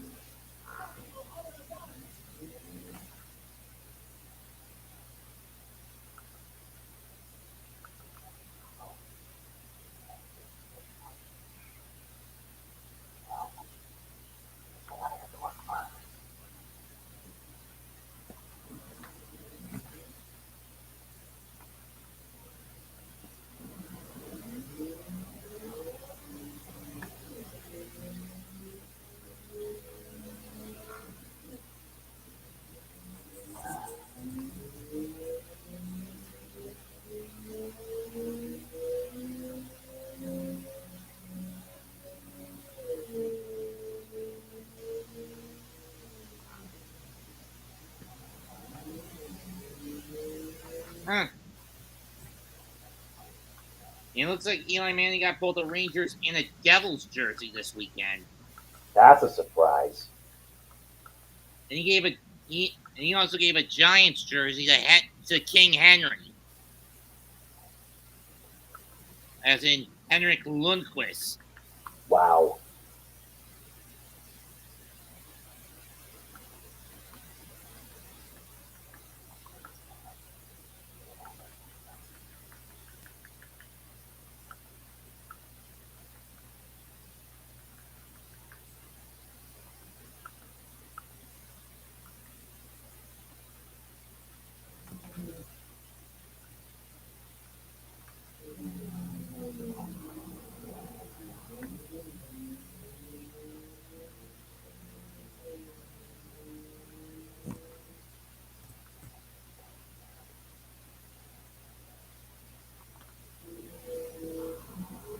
They do bar crawls in New York City. I don't even know if there are bar crawls in my place. I don't think there are.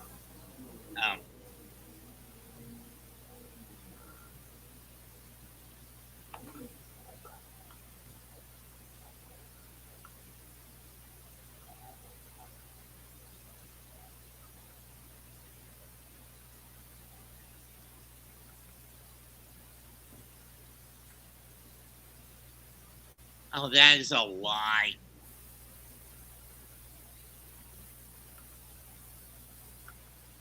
Oh, that's bullshit.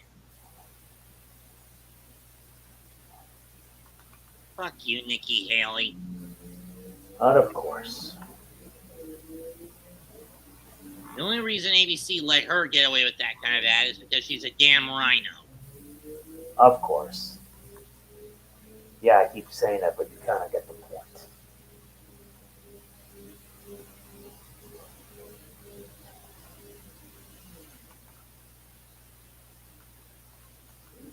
Teams getting ready to get back on the ice. Islanders dominated that first period.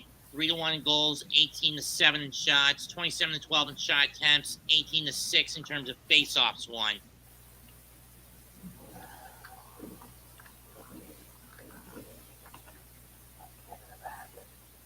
That was the Nelson goal that tied it. Then Dobson to Horvat on the power play. That put him up 2-1. Or this is the power play goal. Nelson into Barzell off the skate and over the glove of Shesterkin. 3-1 Islanders.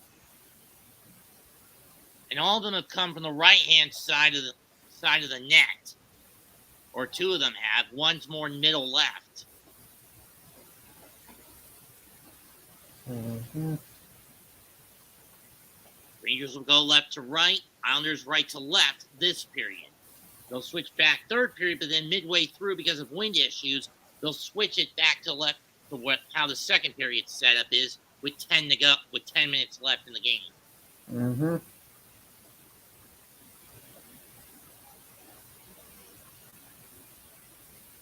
Islanders will have to chase it down and get it out from behind their own net.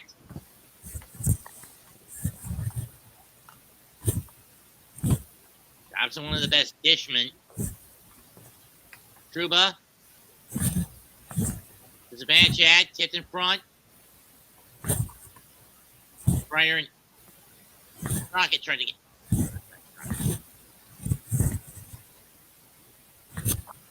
Are we going to have a delayed penalty coming up? No, we are not. Oh, yes, we are. Going to be against the Rangers. It looks like the penalty's on Kreider. He's going to the sin bin.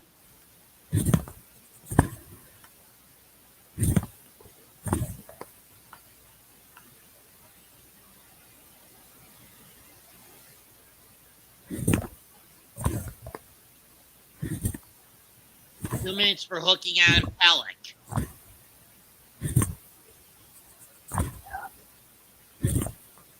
Back against Kreider, and that moves the puck back to the Rangers zone.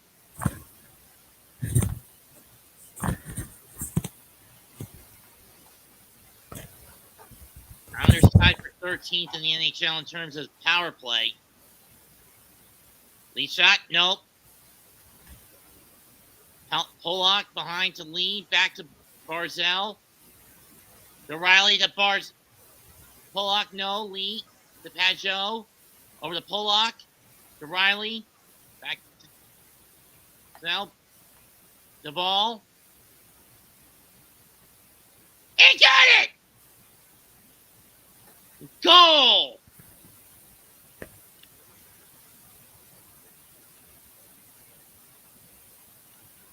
This time from Anders Lee, the captain gets a goal, and it's now 4-1 Islanders.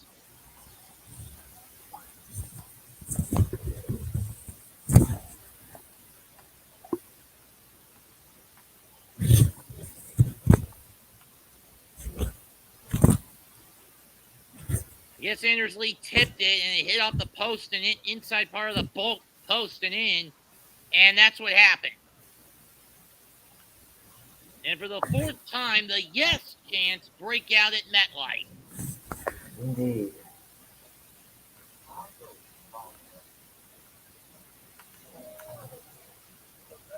And the puck will be ice.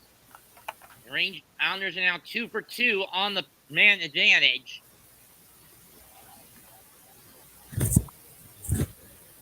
So, come on, Isles.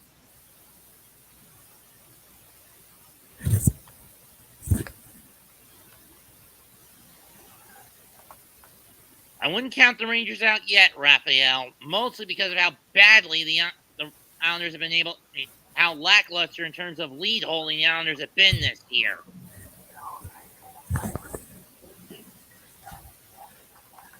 For Anders Lee, that's his 14th of the season.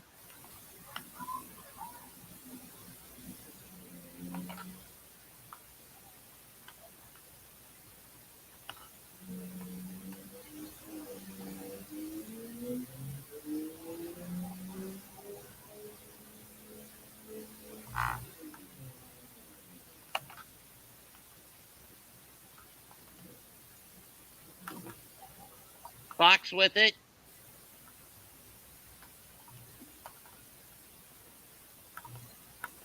Lindgren.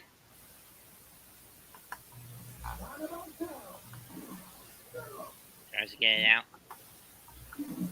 Nelson with it. Crockett.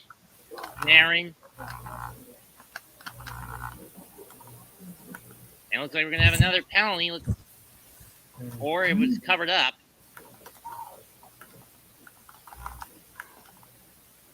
Let's go, Islanders.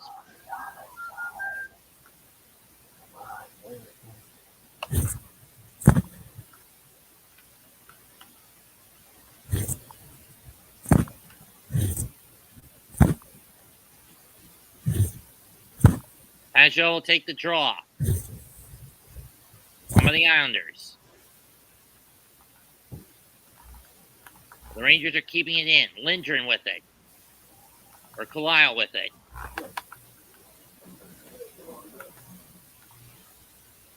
Wrap around, no good. Goes Mayfield with Coley on him. Fox. Barco. Dubinsky. With the chick in pursuit.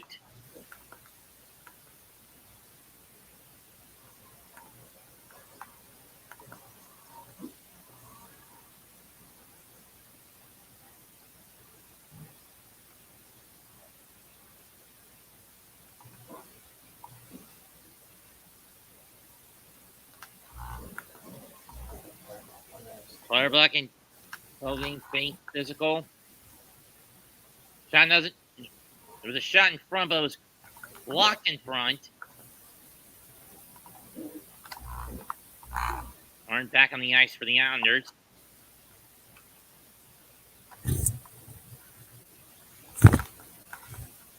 On Edgerton fighting over it.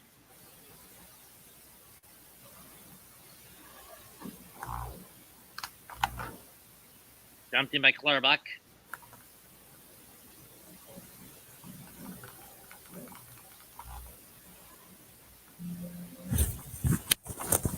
Buck's still in. They're really flying it now. 22-10 shots in favor of the Islanders. The Zibanejad tries to get to it.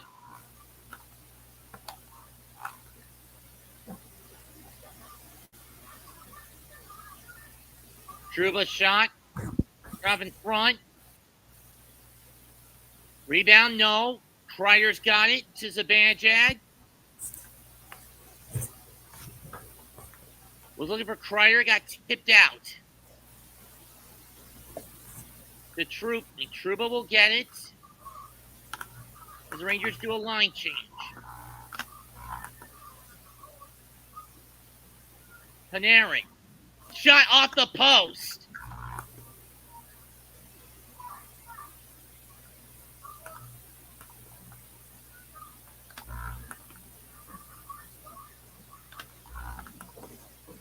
We got a penalty.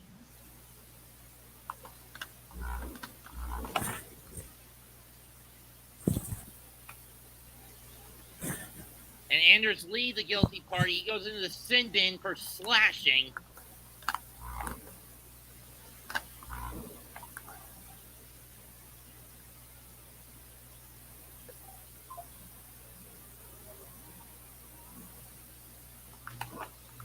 Only the second time the Rangers are on the power play.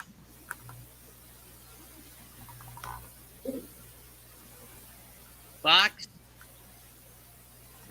Trying to get it to Zibanejad. Crockett. And it's cleared out by the Islanders. Shesterkin will cut it off behind his own net. Islanders this year, the worst kill in the NHL at 71.7%. That was another issue with Lane Lambert coaching this team. He sucked dick when it came to having this team play from one man down. Panarin. To Fox. Back to Panarin. Back to Fox. The Troshy, no shot saved by Sorokin.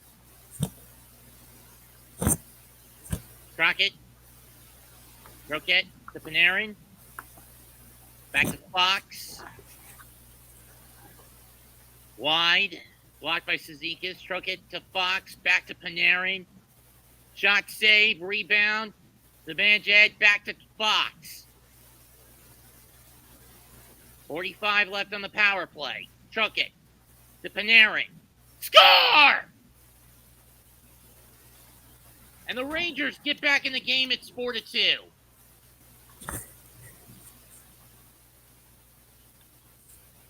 This is what I meant by how bad the Islanders' man down game has been this year. Yep. Worst in the NHL, and that's not going to help in the damn postseason. Kreider providing the screen Sorokin didn't see Panarin's shot until it went by him glove side.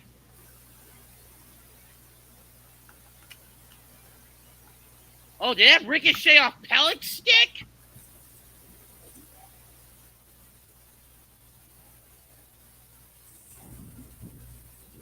Or Trocheck, I should say. But either way, it's a power play goal for the Rangers. Give the assist to Panarin. 4-2 Islanders.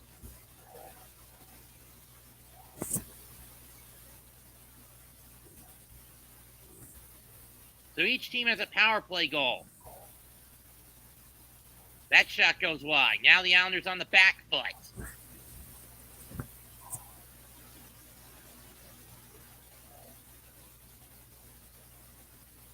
Pajot. That one shot too far wide. Islanders have to retreat as the puck gets too unruly. Pajot back skating.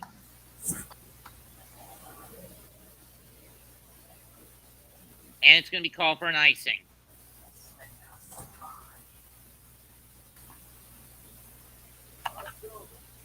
$22-13 in terms of the shots.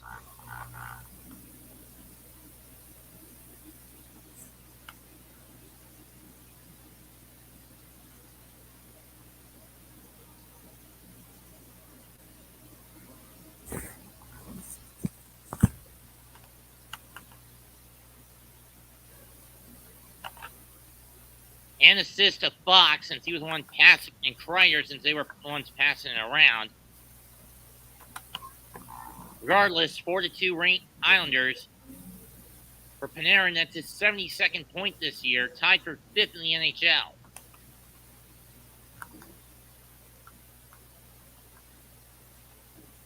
Leak scoops it in. Horvat chases after it.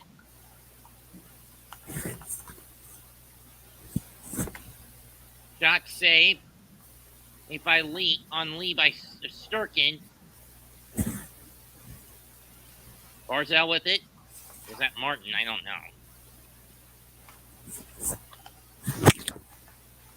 They're off. Shot wide of the net. Net by the Islanders. And it retreats back to the Islanders side of the rink.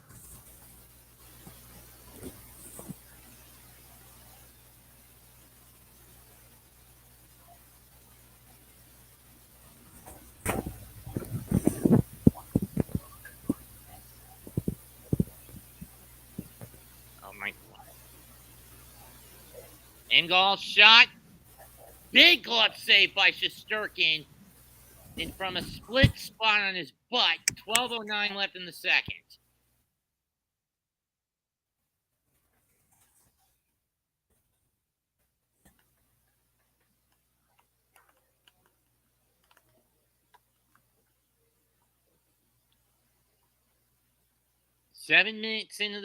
Just almost 8 minutes into the second, 4-2 in favor of the Islanders. Mm-hmm. This is good.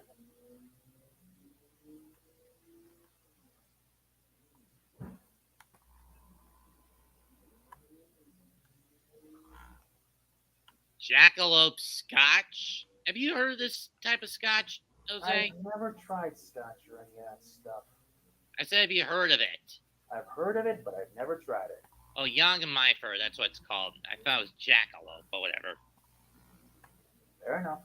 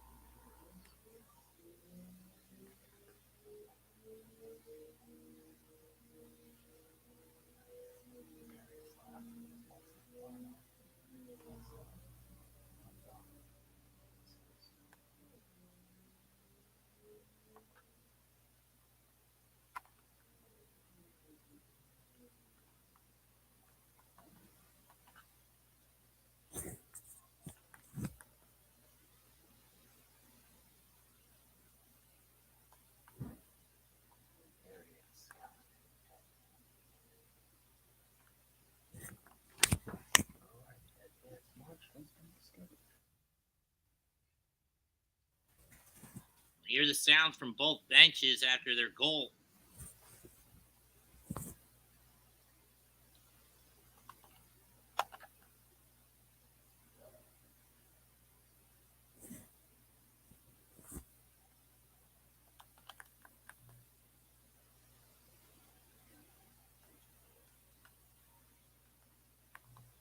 Rangers out shooting the Islanders 7-6 in this period so far, anyway. Yep.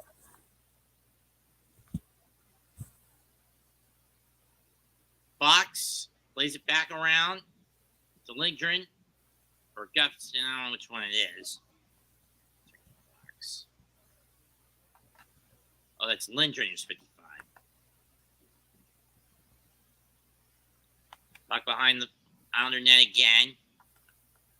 Zibanejad to Kreider. He's got Pelech on him. Was setting up for Zibanejad. That pass got picked off. Puck dumped in behind the Ranger net.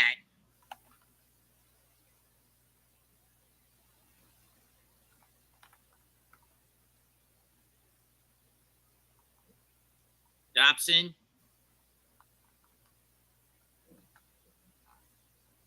Stretch that shot, saved by Sorokin, and then cleared out.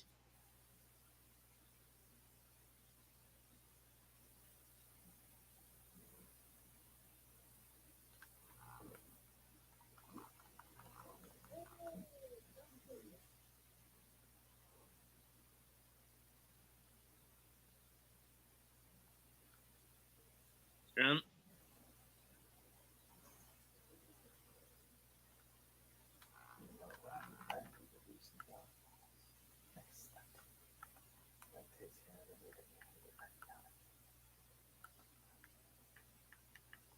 Mayfield, Holstrom, Wallstrom trying to fire it out. They can't. Turned over. Islanders still having trouble getting that puck out. Don't get it out this time. Rangers really attacking here in the second period. They clear it out, but it's palmed down and brought back in by the Rangers.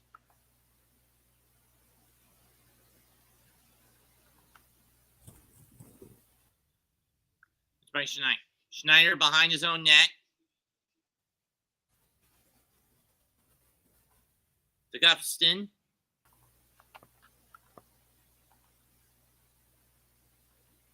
Two-on-one was looking for a breakaway, no good. Pelech will get it behind his own net and try to clear it out again, and this time he does. 3-on-2 for the Islanders. Brzezinski back. Take the puck away, but the Islanders get it back. Horvat.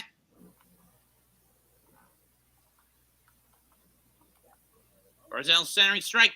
Wide rebound, no good. Oh, this Horvat, it was a sweep attempt by Martin. Johnson's shot goes up and over the glass and into the park. Clock stops at 9 minutes. 4-2 New York.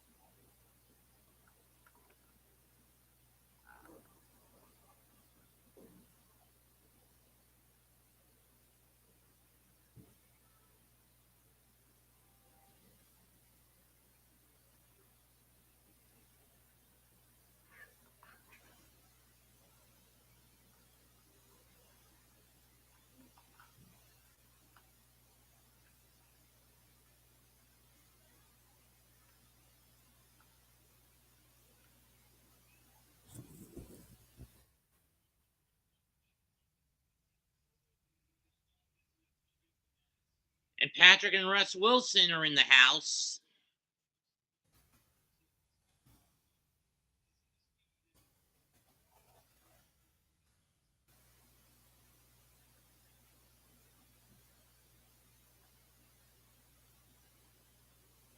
Or Cass Wilson.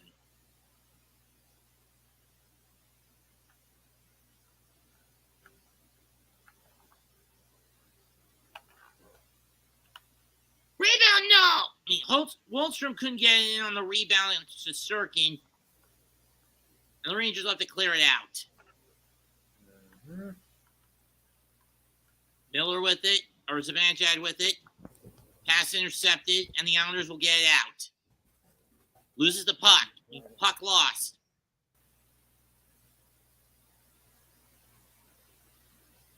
Zibanejad over to Fox. And the biscuit will go behind the net. Wallstrom with it. Engalt with it. Flings the biscuit into the Rangers zone.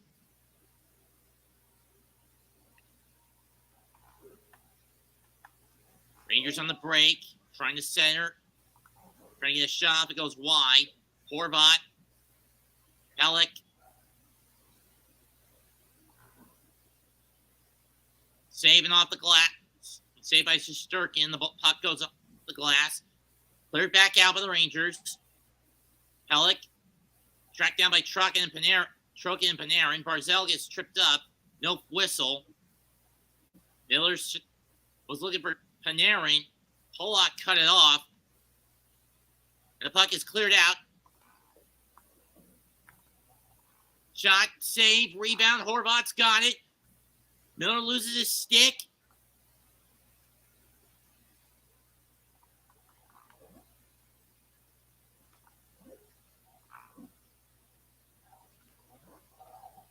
And it's an icing call.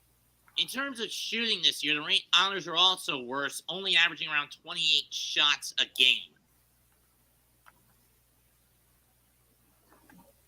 7:17 left in the period. 4-2 ranked Islanders.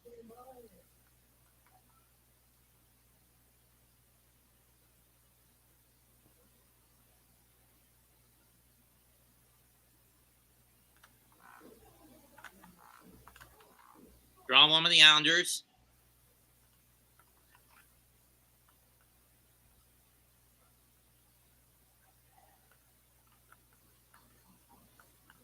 Zizekas throws it in. But the puck is cleared out. And the Rangers are offside. First time we've heard that call. 6:53 left in the second. 4-2 in favor of the Islanders.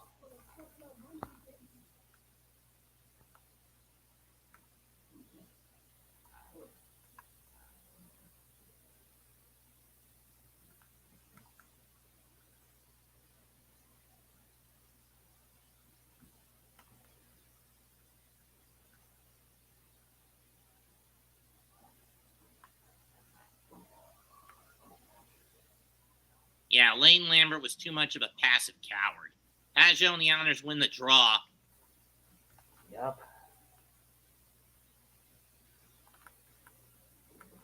Lindgren, Gustin with it.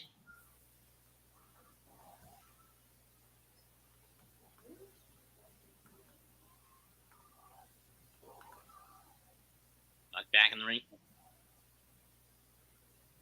Mayfield crashed into the boards by Lindgren. Kalil. Shot wide. Gustafson. That goes wide. Schneider.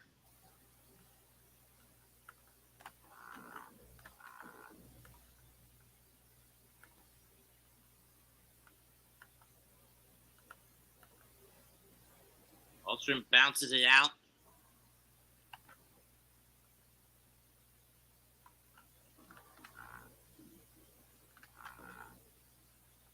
Damn.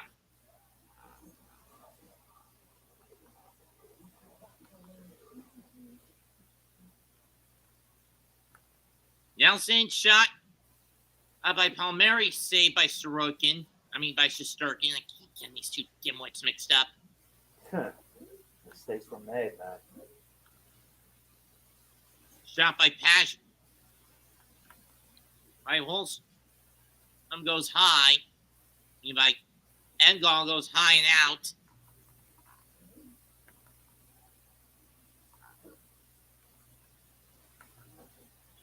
And we'll take a TV timeout again.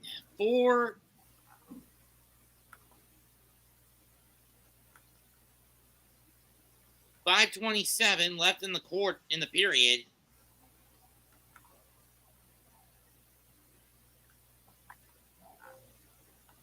The security bag. No, it's not done.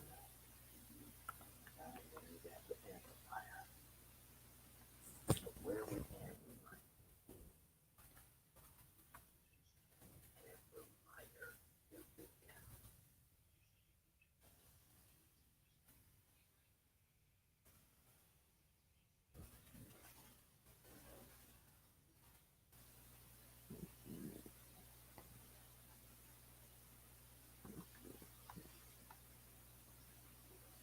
Yeah, that's a lie.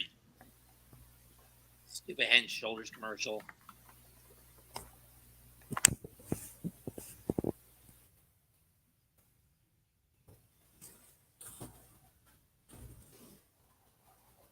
Hello, Pizzeria. Where's this? Frisco, Texas.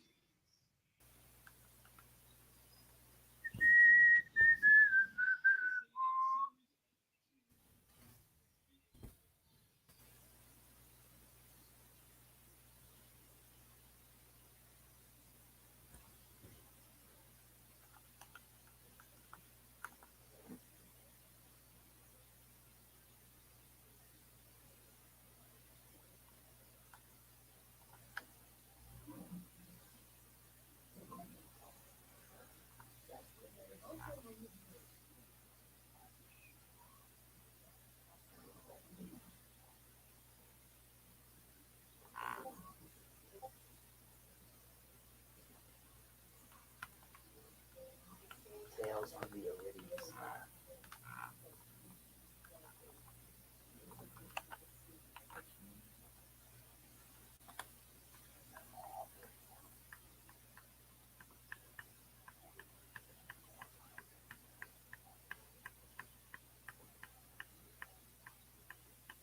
Miller with the puck, he loses control, or his advantage, I should say. So the main front line for the Rangers is out there. The first unit's out there for the Rangers. Horvat is looking for Lee. Lindgren, Fox, Kreider. Puck deep in the Islanders zone now with 4:45 to go in the period. In with the side of the net.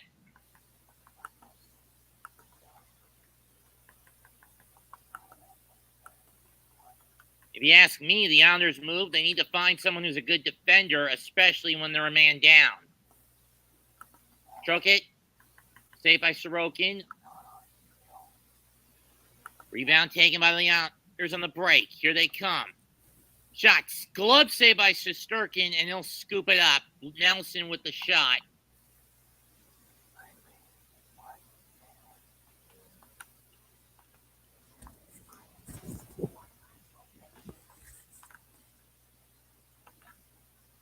Well, it was dead.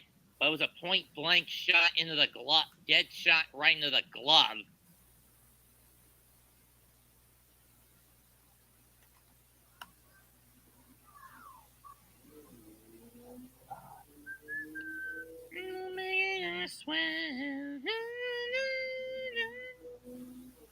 Rangers win the draw.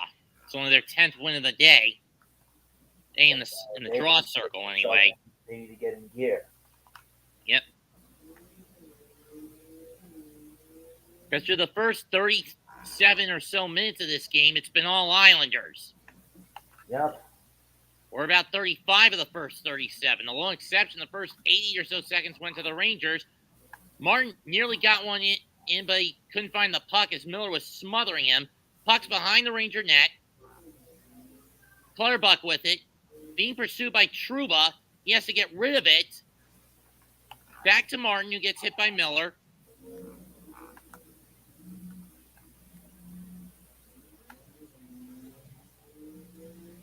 Pellick back to Martin.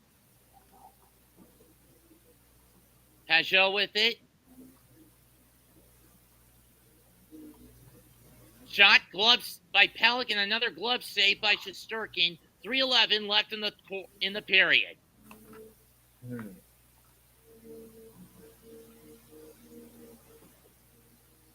I don't think there's much in terms of black history in hockey. It's predominantly, when you consider the North American, European lineage of the game, predominantly U.S., Russia, Czech Republic, Sweden, Finland, and Russia. In Canada, this is predominantly a white man's game. Yeah, no disrespect intended to our viewers. Yeah, no disrespect or slur or prejudice intended towards the viewers, but I'm just making a point that hockey has only been recently getting ethnically diverse. Which could be pretty much a good or bad thing. True.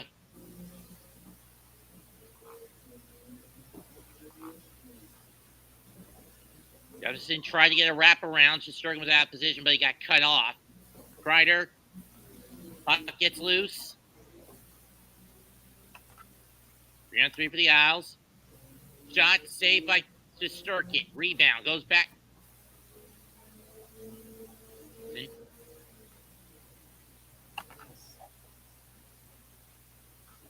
Dobson with it.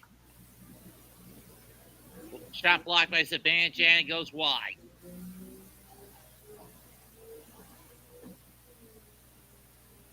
Rangers stalling behind their own net. They move it out. Panarin moves with it. Dumps it into the Islander zone. 34-15 in the shot department. Shot saved. Shesterkin. Rebound gets loose. Rebound again. And it was Fox with that shot. Couldn't get it in.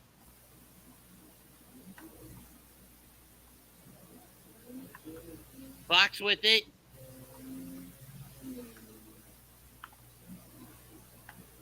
And that was in. Choke it with his second. It's now 4-3.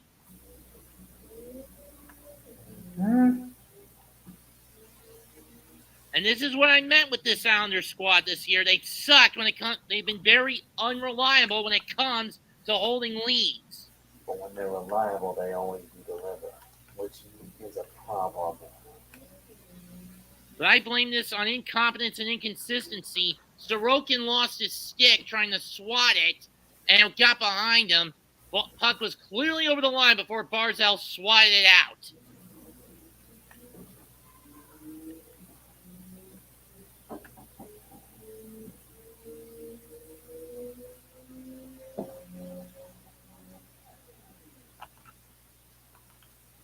Vincent Trocheck with his second.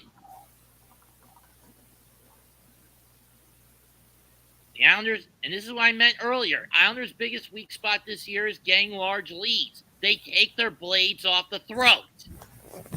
Yeah. You can't do that against a team like the Rangers, who have 17 comeback wins this year. Third most in the league. Minute to go in the second. Pellick.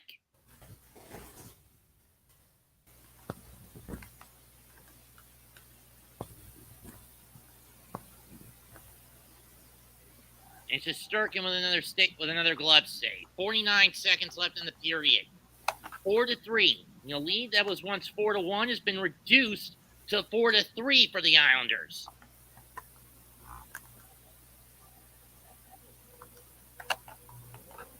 And the Rangers half of MetLife Stadium is coming alive.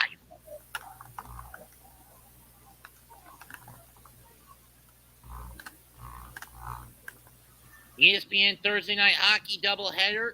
Capitals Lightning at 7. Predators Kings at 10:30.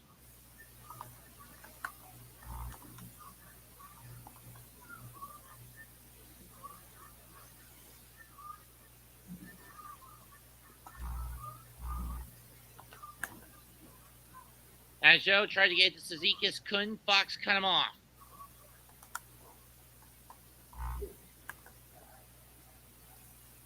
Fox snaps toward the net, and it's saved by Shesterkin with 27.8 left in the period. I mean, Sorokin. Excuse me, Sorokin.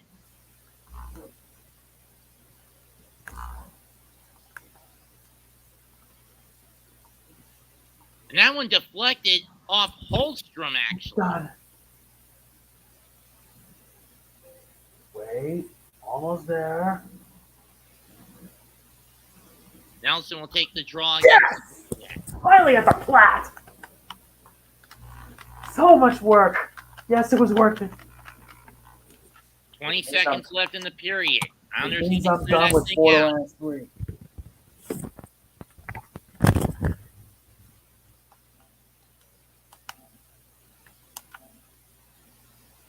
Shot from the back of the net, no good. And second period is over. Rangers firing back, have been reinvigorated. We go into the second intermission with the score: New York Islanders 4, New York Rangers 3.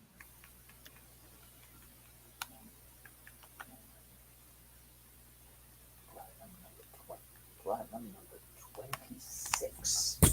And it was Vincent Trocheck that reinvigorated the Rangers with 2 goals in this second period.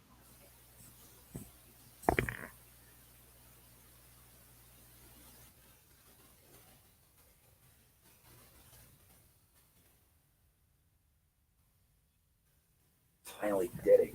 Finally got the platinum for Borderlands 3. Thank God. Thank God that's over. At least now I can focus on my own good.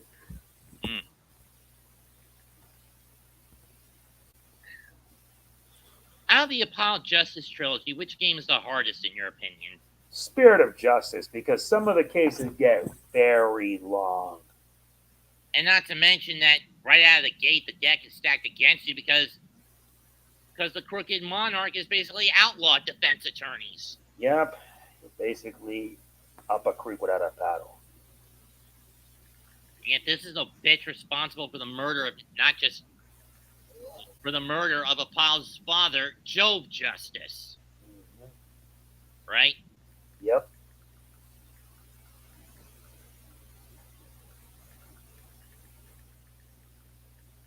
But is it legit that Apollo and Trucy are actually half siblings? Yeah, from 2 different marriages.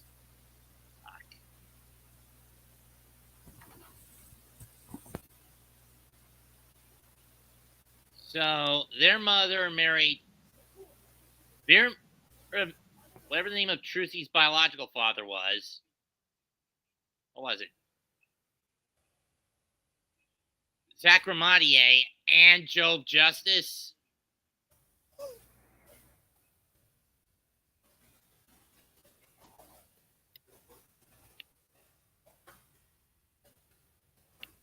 Hey, Daniel Barry Sports Highlights.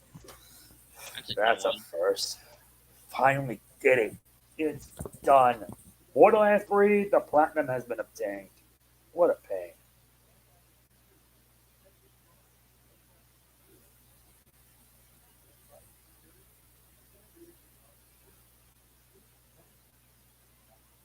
At least this game has been exciting. Yeah, it is.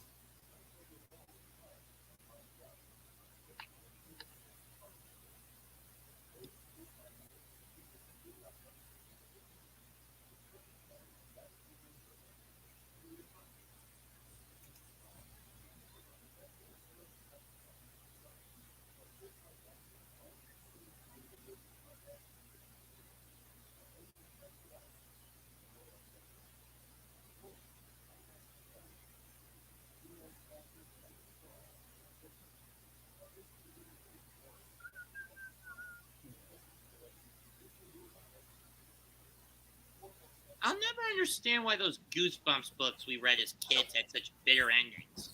Yeah, because not every ending is a good one. Still, I thought you would think that R.L. Stein would at least have one of them end on a good note for his protagonist instead of the weird. Yeah, you're right. I mean, one case in point.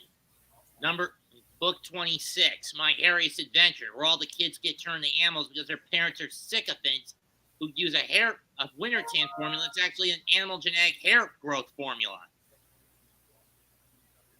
Remember that one? Yes. Very true. My favorite wrestler is Steve Austin because at least he's not a dick. True. And unlike The Rock, who tried to bury Cody by stealing his spot at WrestleMania, when Austin and Owens had that impromptu match at WrestleMania, it helped push Owens, if only briefly, right? Yep.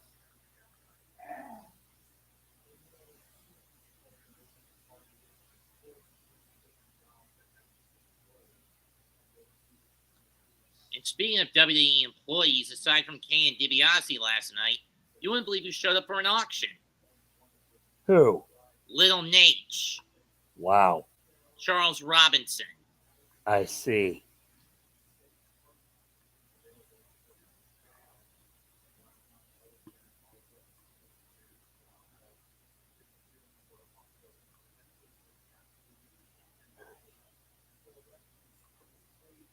And the item that sold for the most in the auction, a ring bell signed by varying WWE wrestlers for about $1,000.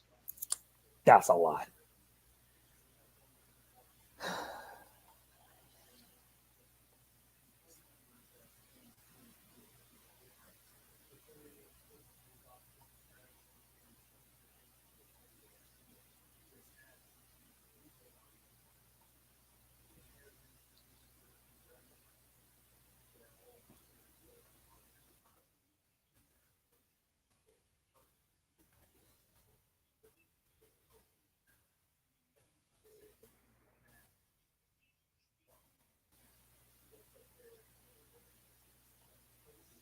And Discord still hasn't helped me.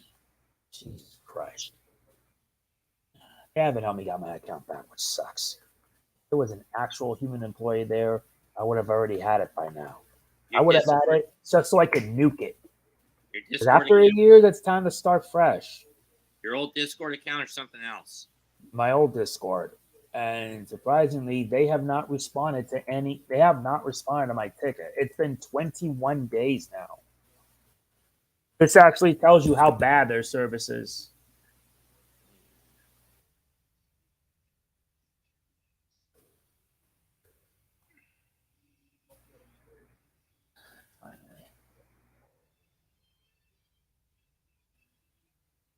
Well, the Noggin Network shut down. After 18 years. 26. 2006 to 2024. Actually, 1999. Oh, that's a long time.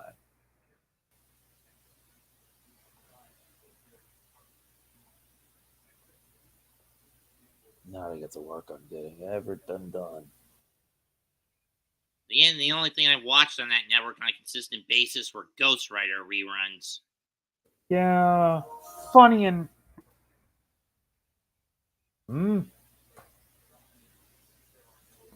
I don't even bother with the Apple TV Ghost Rider. That thing is Ghost Rider in name only. That's basically something completely different. I'm just saying it's Ghost Rider only in name. In name, because it doesn't have anything to do with it. It doesn't have anything to do with the original 90s show. Not even the spin-off that followed afterwards, the new Ghost Rider adventures. That was just a short-lived spin-off series. That was shot in Vancouver instead of in Brooklyn. Yeah, but you want to know something really funny? How the original Ghost Rider got canceled after 3 seasons. It was due to 2 factors. The BBC pulling out and the U.S. government cracking down on public education, which was bloody stupid. Because they wanted the schools to indoctrinate the kids, not television, not productive educational television. That was just a bad thing. At least I'm thankful another game bites the dust. Borderlands 3 is done, is finished. And Funimation is shutting down in April. What's worse is that any digital purchases you got are lost, which is stupid. And they're essentially doubling the subscription cost. That's why I still have my free account from Crunchyroll.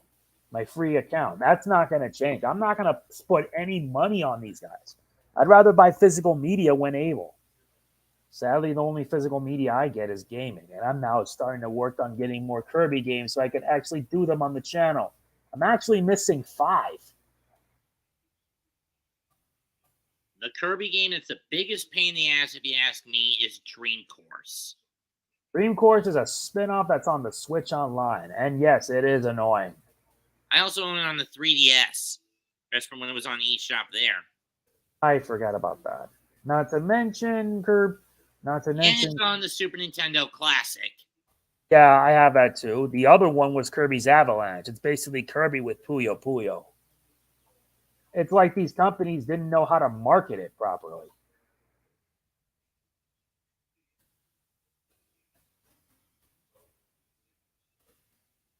Hiya.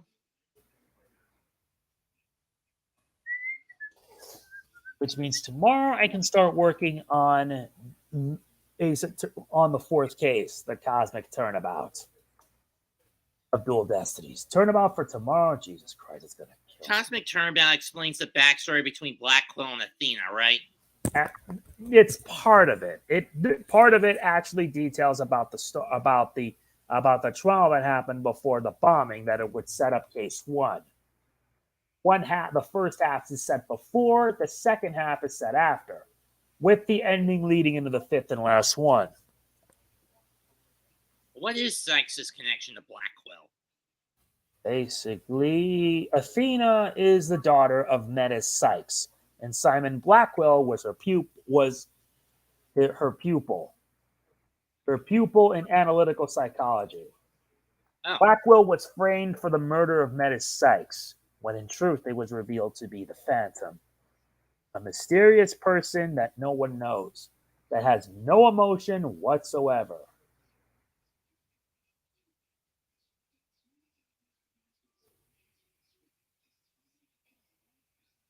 And after the Phantom was found, the Dark Age of the Law would slowly come to an end. I might plan on doing a new video project, which is basically like, say...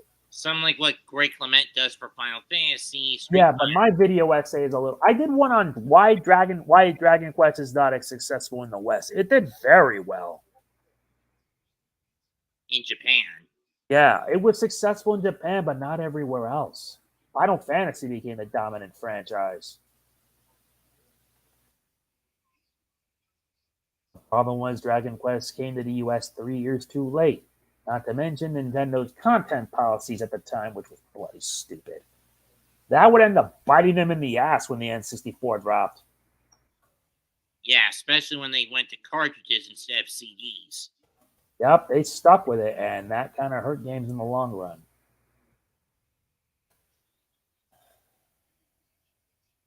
You know you become a dinosaur when even bad console makers are smart enough to switch to a CD medium.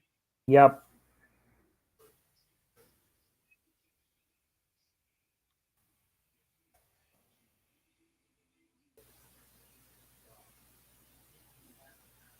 But to the 64's credit, at least it wasn't the Atari Jaguar. Yeah, that one was an even bigger pain in the butt. I mean, that looked more like a 32-bit console the way it played out. And it also was part of deceptive marketing, that it was meant to be the first 64-bit, which was a lie. But that's because they put everything of the processing into a Motorola chip. Which was a bad idea, and that ended up biting them in the ass. It ultimately led to Atari getting out of the video game market in 1996 and merging with a hardware manufacturer, JTS. And most Jaguars being sold to make dental X-ray cameras. I find that to be the most hilarious thing ever. I find that funny and hilarious when you think about it. And its leftover excess stock would be used for something more productive.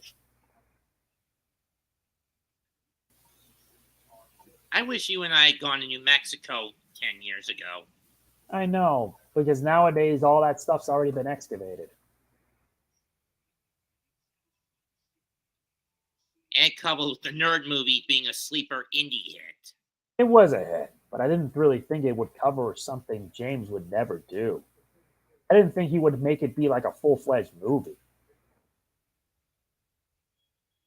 Or do a whole full-fledged anthology of every LJN game. That is madness. Especially given how much he hates that company. I don't blame him. But LJN were basically a publisher, not the developers. They just simply published games. It still bugs me they never covered. There's a funny story. It used to be a toy company until, it was founded by Jack Friedman in 1970. He passed away in 2010. He would be responsible for founding 3 companies: LJN, THQ, and Jakks Pacific. And he was born in New York, in Queens. That's a funny story. I find it more. I still think that James should have covered all the Sega games that were, although put under a sister name, Flying Edge, still qualify to me as LJN. Yeah, Flying Edge Productions, which was a subsidiary. It wouldn't until 1985. MCA Incorporated would end up purchasing LJN for $39 million, and then they failed to make an income, and they had to take a massive after-tax charge. And then they sold it to Acclaim in 1990. I don't think Acclaim wasn't any better. They did better with the arcade market, not the home market. Yeah. I mean, the WWF games from Acclaim were pretty bad in their own rights.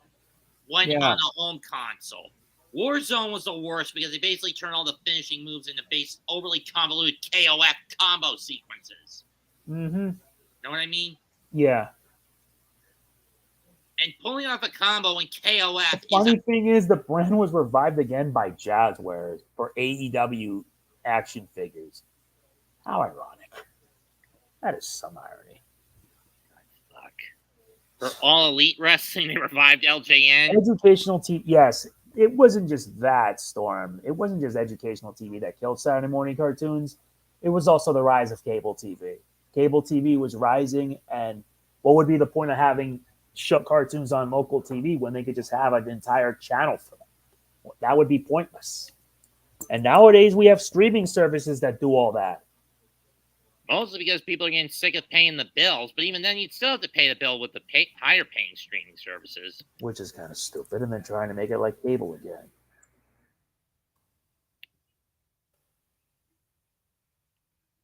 I did, but I stopped after 11. But then again, I was pretty late in the game with the series. I know. Mostly because, as for the longest time, it was a fucking Sony exclusive.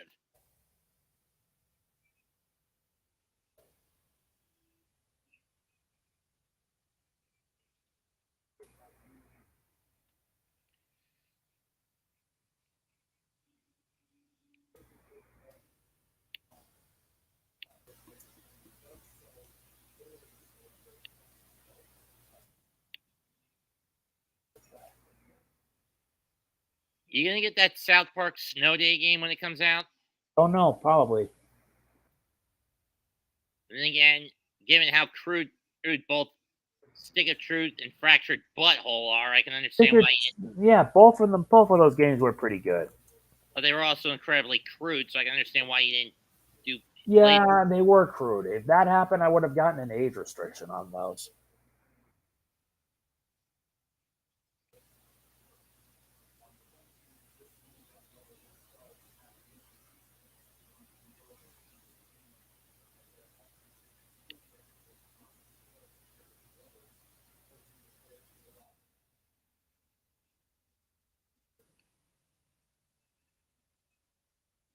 I wonder what they're going to do for this year's South Park Paramount Plus special. I don't know. My guess, it'll be Cyber Attack special.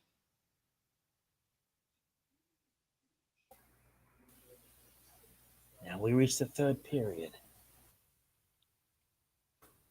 I mean, last year it was a social commentary on how people are getting fed up with remakes, multiverse, and pandering films, films and shows.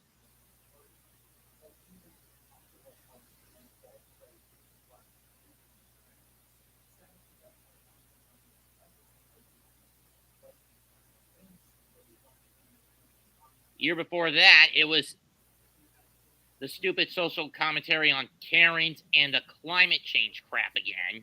Ah, good God. 21, it was three specials centering around the vaccine and after COVID.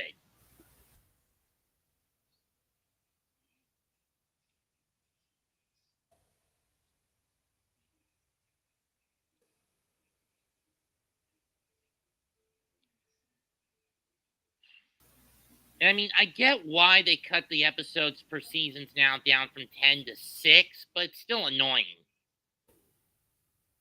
Know what I mean? Yeah.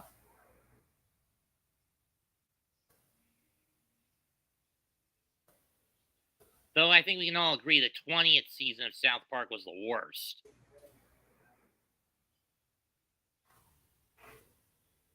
Know what I mean? Yeah. And what frustrates me is that Gerald has not faced any further repercussions, like people exposing that he was Skank Hunt. Why has Kyle kept that under wraps? Why have Kyle and I kept that under wraps? I'll never figure out. Yep. At least in the COVID pandemic specials, Randy admitted that he started COVID, even though now we find out that that pangolins, bats, or whatever carrying the virus was a lie. Know what I mean? Yeah. No.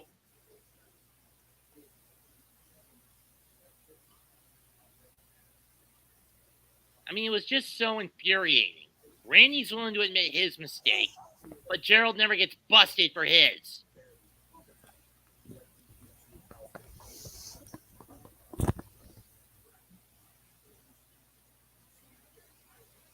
And I can understand why people are sick of Randy's Integrity Farms angle.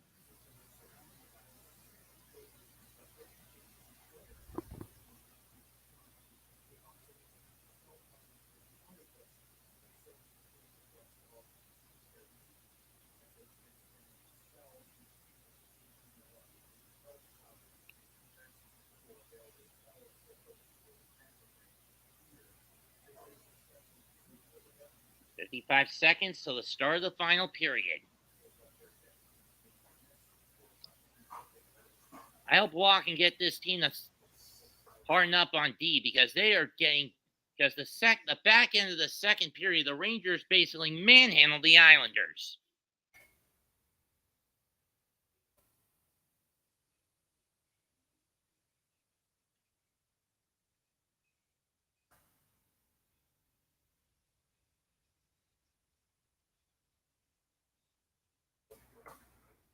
Zip it, DeVito.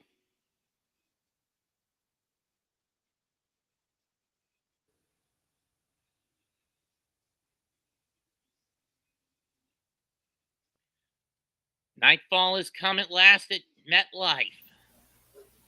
Shots on goal, 35-19 favor the Islanders, but the Rangers are now out hitting the Islanders 27-17.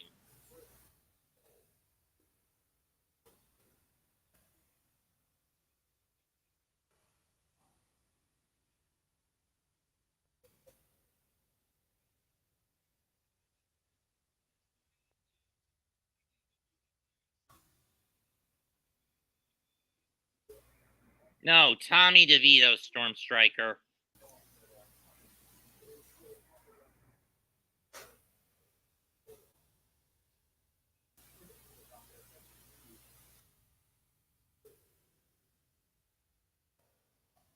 Okay, so there will not be a hard stop halfway through. The wind is comfortable enough to where that won't happen.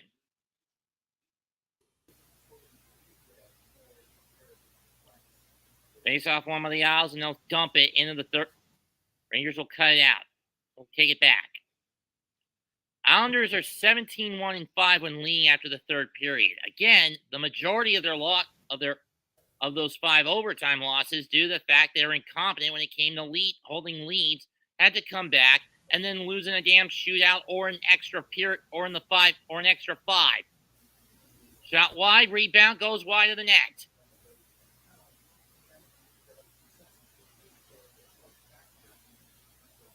And they've only won twice when they're trailing or tied after 2. Hellick.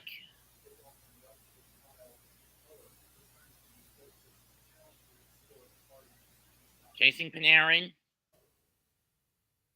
Trocheck back to Panarin. Back to Trocheck.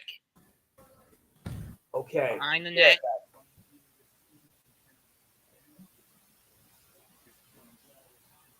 Ryan Pollock.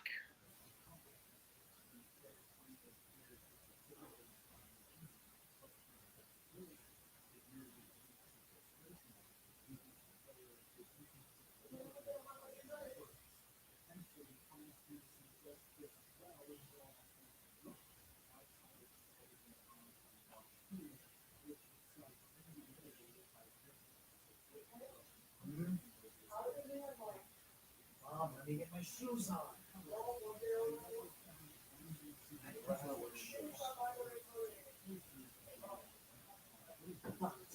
Islanders get it back in. Shot Watt. Go!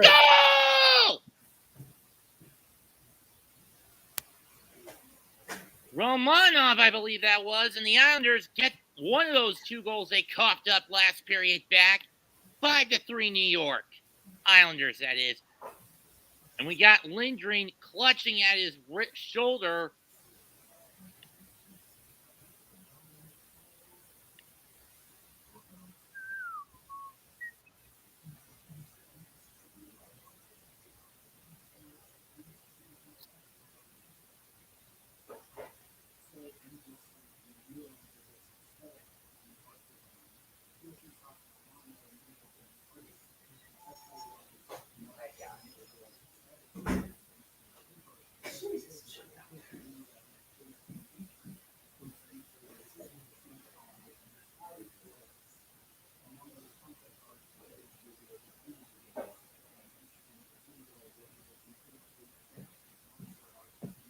Mom, getting my haircut.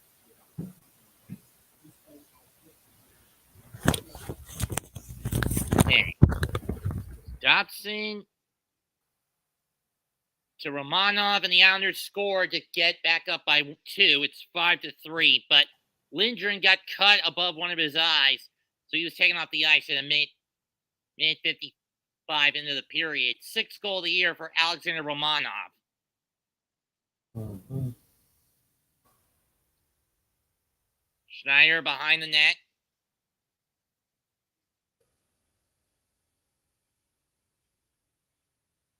Islanders needed that goal.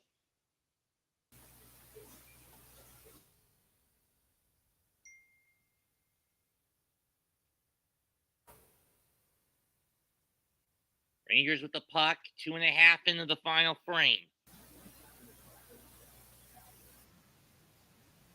Riley clears it out. Clutterbuck chasing and Schneider fighting for it. Edstrom tries to flip it out. Dobson, Pollock, Clutterbuck. To Dobson, Pollock, who fires in a save by Shesterkin.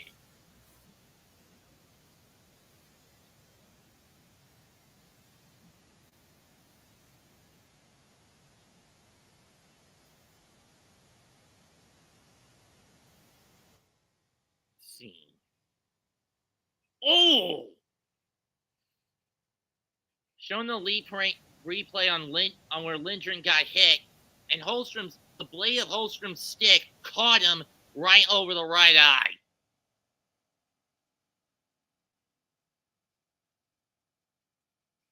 Miller with it, goes behind his own net.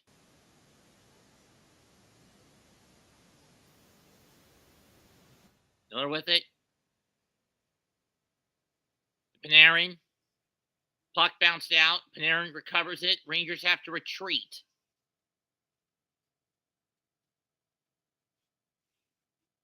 Puck cleared out.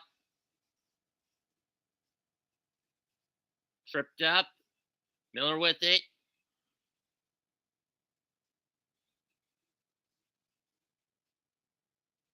Was looking for Panarin. Zibanejad on Romanov. To Nelson. Islanders clear the biscuit out. Romanov. To Palmieri. Looks for Nelson. Goes wide. Dobson. Romanov. Back to Dobson. Behind the Ranger net. And he inadvertently sends it back towards his own side of the ice.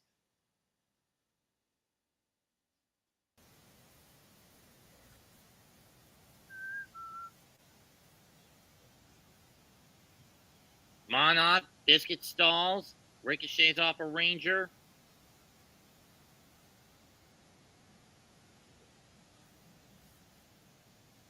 Box.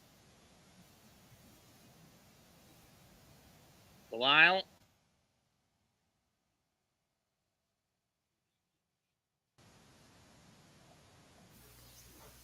Close to half of the Rangers' comeback wins have come in the third period. They have 8 of those 17 in the third.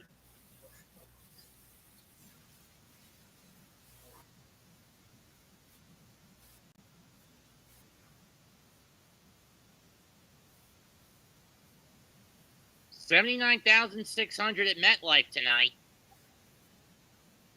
79,690 in attendance. And the Rangers are offsides.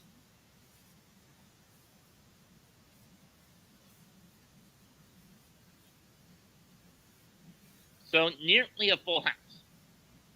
Oh, God, sweet Caroline. Seriously?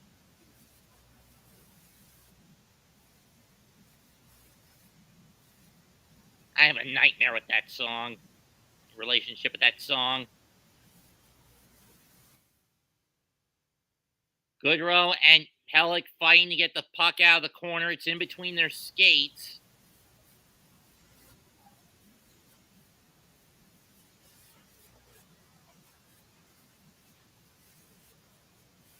Both teams trying to fight to get that biscuit out of that corner.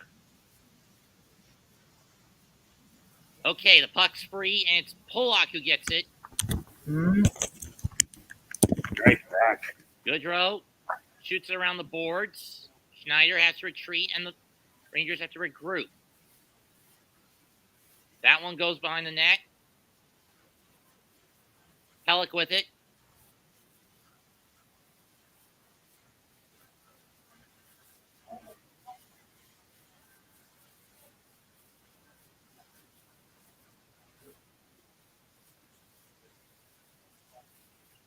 $13:51. There was an offside call. 5-3 in favor of the Islanders.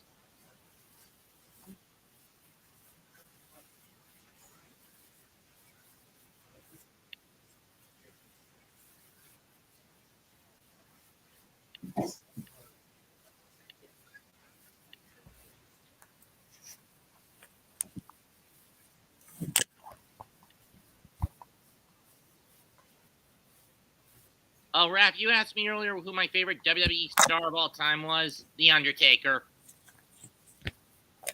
And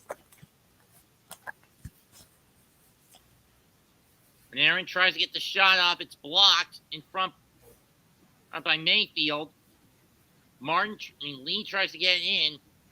He does, but not without a fight. Shesterkin will cut up on his own net. Miller gets leveled by Pollock. Locked behind the Ranger goal. Shot wide of the net. Barzell barely manages to get it out.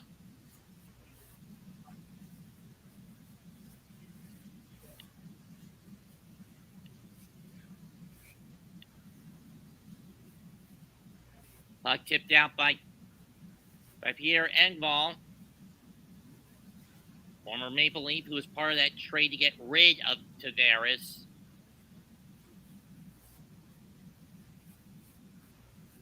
It's in front. Shot attempt was blocked in front. And here come the Rangers. Pryor was behind. And they're offside. 12:33 left in regulation. Islanders up 5-3. Can they hold on?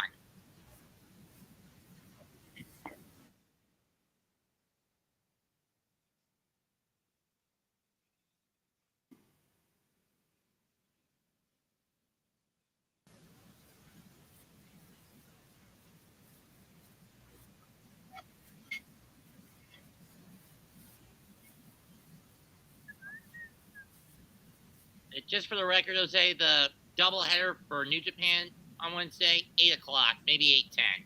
Depends on how late I get out of the Vic stream on Twitch. Okay?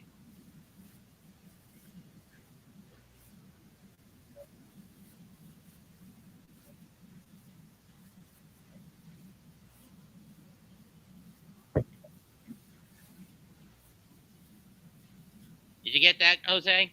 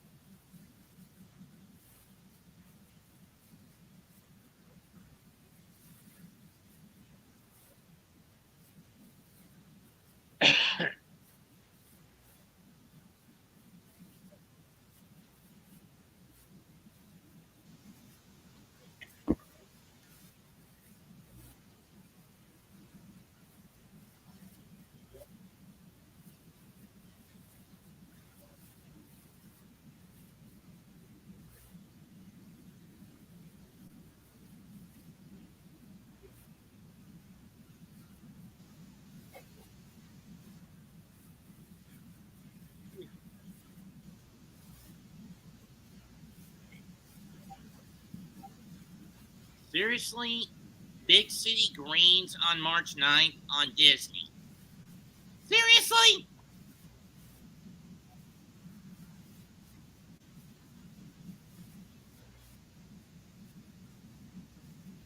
Why do we need that crap? Oh well.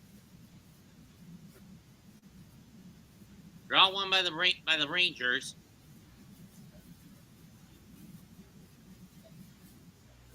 Now,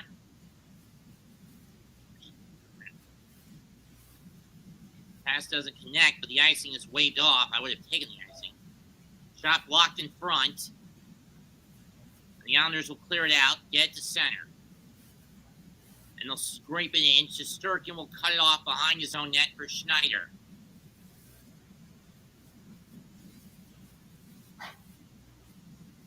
Dustin.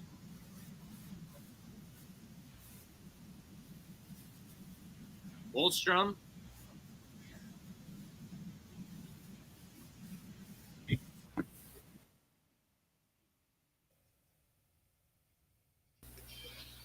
Puck wide. Looking for Horvat. One-timer goes over the net. Horvat with it.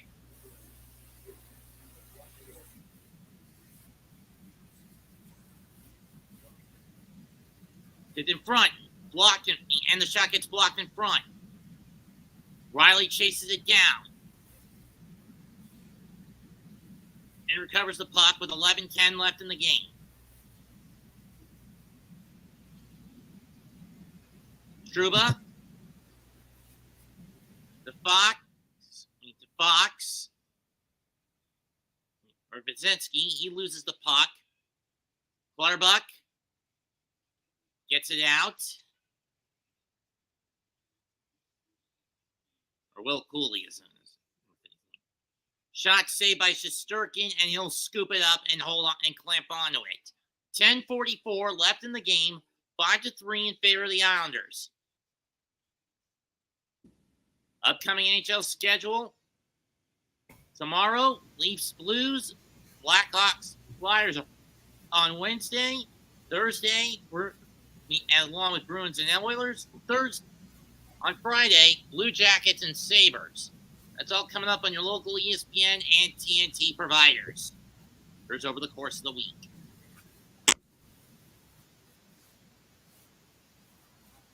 Draw one of the Islanders.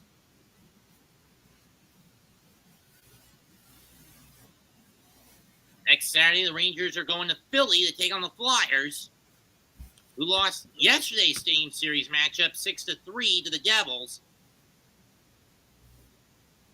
Down low, and Sorokin will smother it. Lafreniere tried to slide it in, but he covered it up.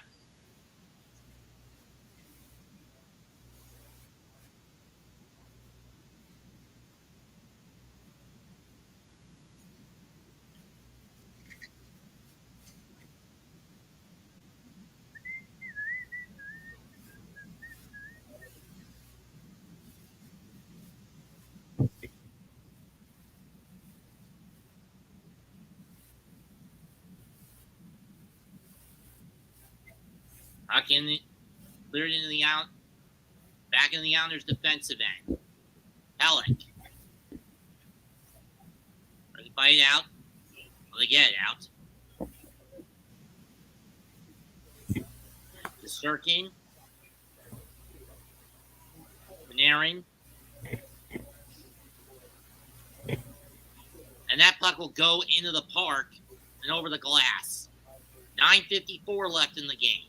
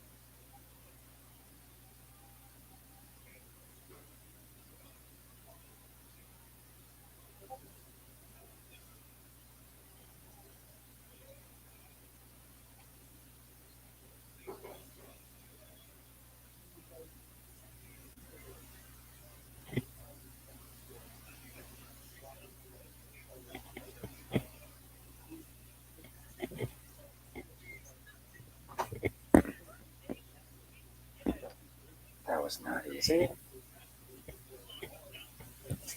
We're still in the third period. Still no results. The Rangers are going to get wrecked. Like I said, don't count the Islanders' inability to hold leads out. They never do hold leads.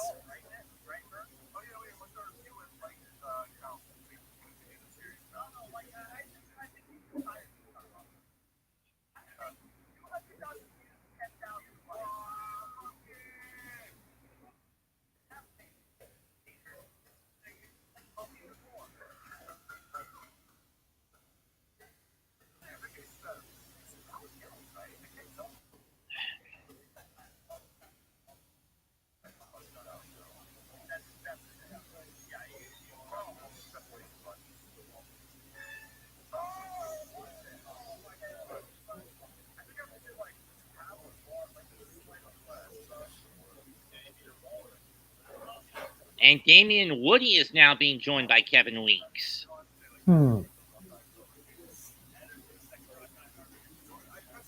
Puck moved to center ice after it went over the glass. And the Islanders will win the draw. There's once again going left to right. Rangers right to left. Miller gets it over the on Edrin trying to get it. We're down to 9.5 minutes.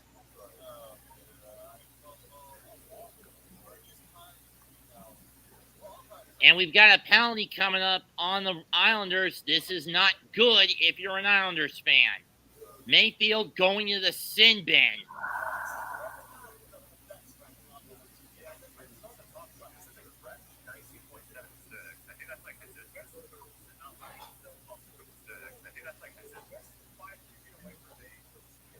Second time tonight, Mayfield's been in the sin bin.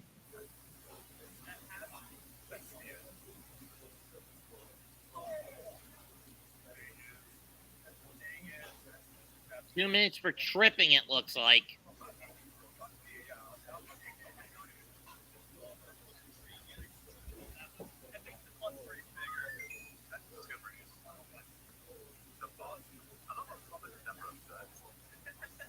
Short-handed, and Sorokin has to quickly cover that one up, as he was basically being swarmed by Kreider, Zibanejad, Panarin, and Panarin. All in front of the net.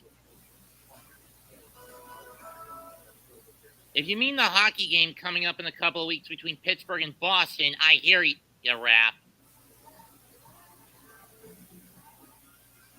Chris Kreider, most in the NHL this year when it comes to getting goals off tips and deflections. He's got 11 of them.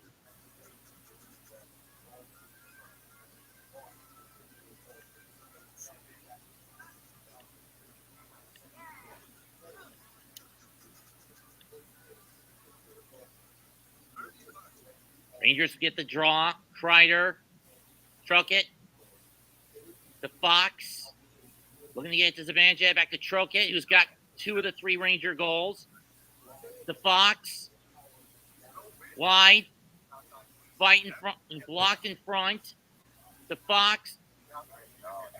And Sorokin was deep in the net, and that is stopped. And that's gloved up by Sorokin. 8:47. Islanders have got to get that puck out of the defensive zone. The Rangers are hounding. They are like buzzards in front of that net, in front of that crease. Zibanejad with a powerful shot that went up and over off Sorokin's pad, and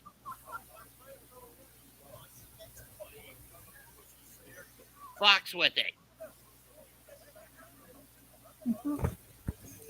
To Trochet, back to Adam Fox. To Trochet, Zibanejad, over to Panarin. To Trochet, goes behind the net. To Fox. Back to Trochet, back to Zibanejad. Trocheck, back to Zibanejad. Goes behind, back to Panarin. In front to Trochet. Trocheck, back to Fox. Takes the shot. Shot by Zibanejad, pass wide to Fox. Panarin. Trocheck. Off the skate of Zibanejad wide. Islanders desperately trying to get it out, and they finally do. But Shesterkin, half a minute left, deep out of his own net, gets it back in to Zibanejad. Skate loss and blade loss. 20 seconds left on the power play. Lewinsky behind his net. To Trouba. To Brzezinski. To Lafreniere. Yar guts a sting. And the net gets knocked off its moorings. 7:15 to go in the game after a crash in front involving Noah Dobson, Lucinski, Mayfield out of the sin bin, so the power play is over. Rangers are 1 for 3 tonight on the man advantage. No.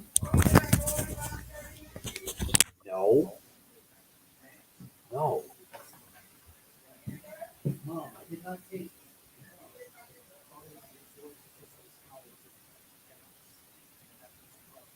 Sorokin has allowed 9 shots to come at him, and he hasn't let anything get through yet in this period. He only allowed 8 in the first period. Let 1 get through, 7 get through, 7 shots get through.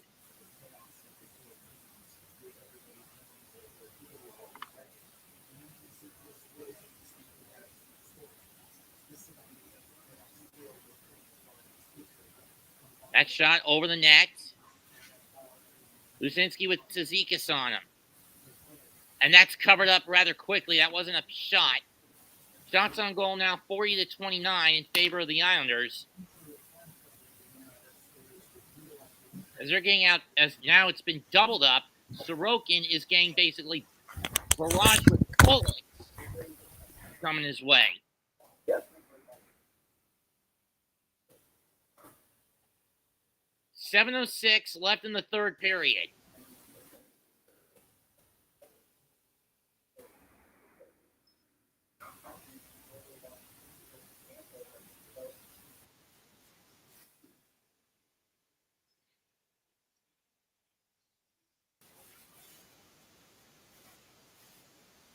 Draws one of the Rangers. Panarin with it. One-timer goes behind the net. Left front, Lafreniere. Press okay. Islanders go with a wraparound to get it out, and they do. Over center ice. One-timer stopped by Shesterkin.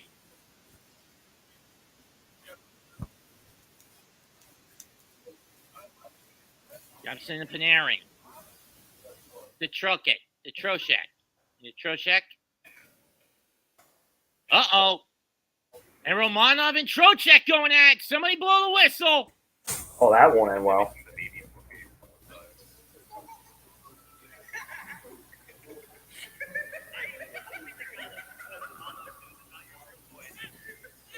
And with 6:20 to go, Trocheck and Romanov, the guys who've scored each of the last 3 goals, 2 by Trocheck for the Rangers and Romanov for the Islanders, going to spend the next 5 in the sin bin. They're down to spend the next 5 in the sin bin.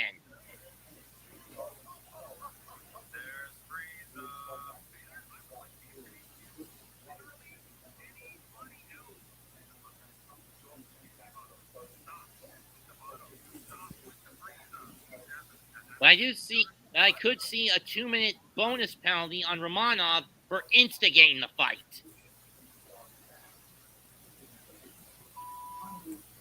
which would put the Rangers a man up again.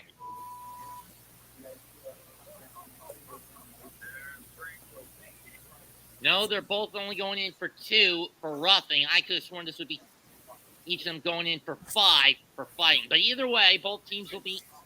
It'll be 4-on-4 for the next 2 minutes.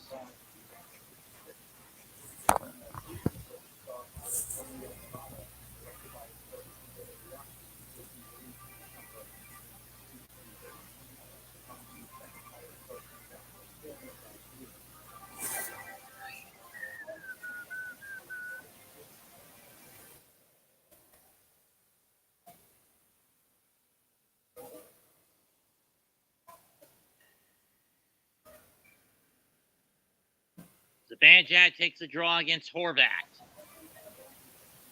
Left wing circle on the near the Islander blue line. It's won by the Islanders. Miller trips. He tries to skate behind his own net. He'll give it off to Kreider. Back to Zibanejad. To Kreider. To Miller. Back to Fox. Ricochets to behind their net.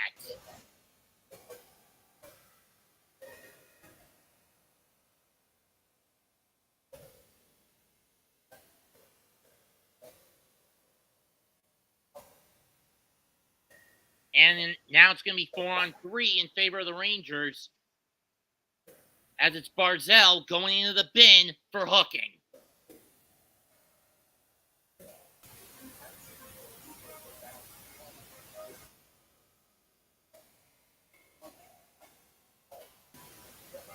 With just a little over 5 left, the Rangers need this power play. They're 1 for 3 tonight.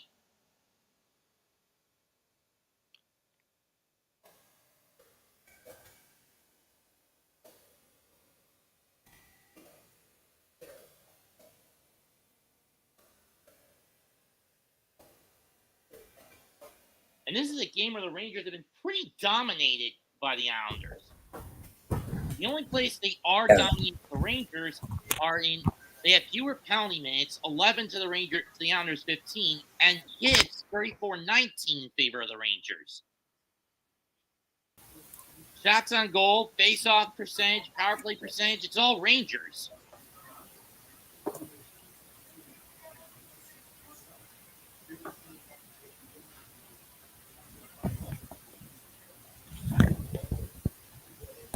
This is the third penalty of the period against the Islanders in the last Too many. in the last 4 minutes.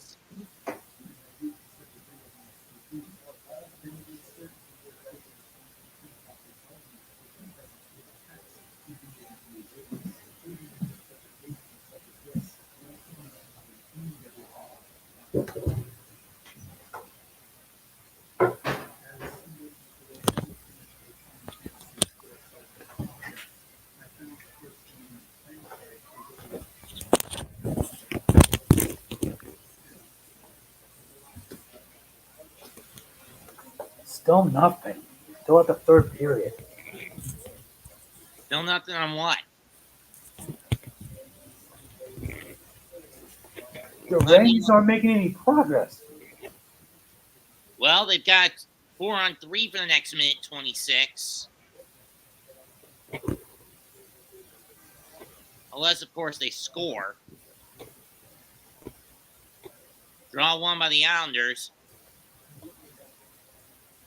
But the Rangers will have it. They give it to Fox. And we've got another penalty coming up on the Islanders. Penalties everywhere. I swear Ref Puck is running amok on the Islanders. Or they're just pulling. No, they're pulling Shesterkin for the extra attacker.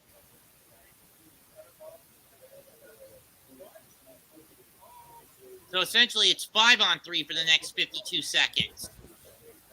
Panarin. Fox keeps it in. There's a Zibanejad. That shot goes wide. Lafreniere to Fox. Back to Panarin. That shot goes high. Zibanejad with it. 25 left on the 4-on-3 on the power play. Panarin shot blocked. Rebound by Lafreniere doesn't get in. He jammed in. Fox, 15 to go on the power play. That's why. Lafreniere to Panarin. Except I need to support my crippling gambling addiction by betting money on CPUs. I swear Power play at 2. Stop whenever I want to. 4-on-3's over. Play believe. And now the Rangers go to a default power play. And that shot's wide for the next 30 seconds. 4:12 left. Goal!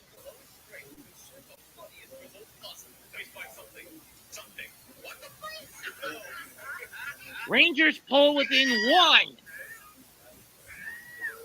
It's Mika with the goal. It's Zibanejad who puts it in. 4:08 to go. 5-4 in favor of the Islanders. I'll admit, smart move by Laviolette to put in the extra attacker. Or did that get tipped in by Kreider? Let's see. Panarin shot. I think Kreider got that one. He tipped it in. Let's see. Panarin. Yep, that was Kreider who put it in. Huge goal for Chris Kreider. Or will they give it to Artemi Panarin? Mm-hmm.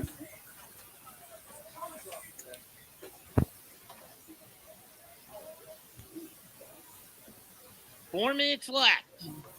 They are going to give it to Kreider and give the assist to Panarin, and we've got yet another penalty with 3:58 to go. Who's going to sin bin this time? Mm-hmm.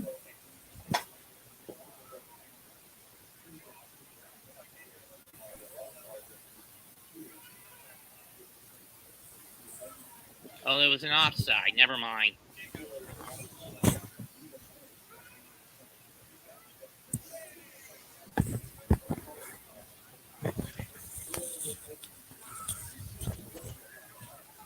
Goodrow trying to get it in. Islanders clear it out. Shesterkin back in the net. Miller to Trouba with 3:33 to go. Is it to Cooley? Back to Gustafson. to Kreider,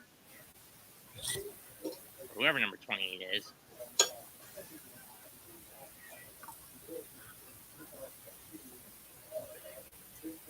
Rangers have been out shooting the Islanders this entire third period.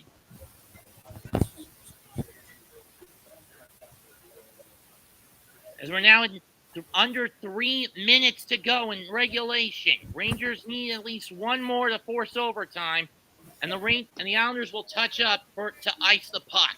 2:53 to go, 5-4 in favor of the Islanders. This won't end well. Well, it is proven to be better than what we got last night between Philadelphia and the Devils, isn't it? Isn't it, Jose? Indeed. So each side has scored 2 power play goals. Islanders 2 out of 2, Rangers 2 out of 5.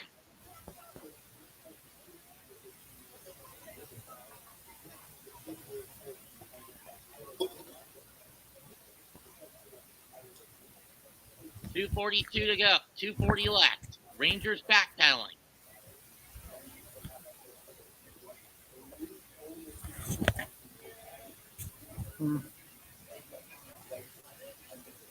And the power play again.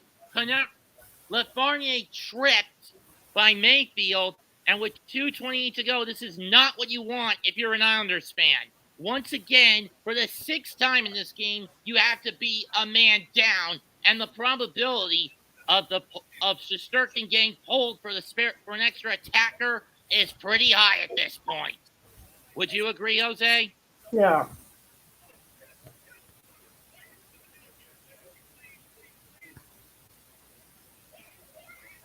Unfortunately, and that's the 3rd penalty of the day on Mayfield. And he's got to be hitting himself mentally. Sorokin has been getting bulleted, and like I guessed, the Rangers have pulled Shesterkin for the extra attacker. Puck goes wide, no icing since it's a power play. Fox will go back to fetch it. We are about to go under 2 minutes. 6-on-4.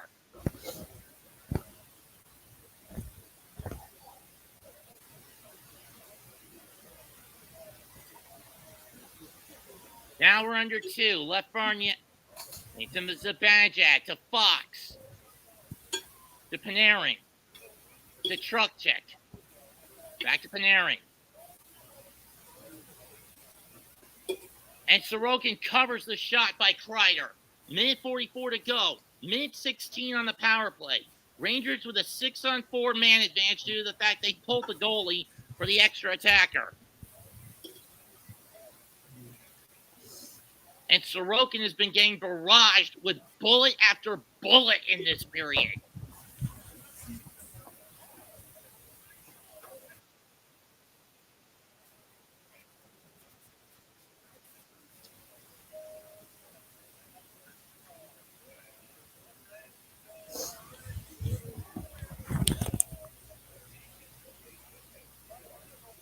Fox is a Zibanejad. Panarin shot wide. Lafreniere. To Zibanejad, and we got a tie game! You motherfucking Islanders. How can you fuck this up as badly as I guessed you would? Tie game with 89 seconds left.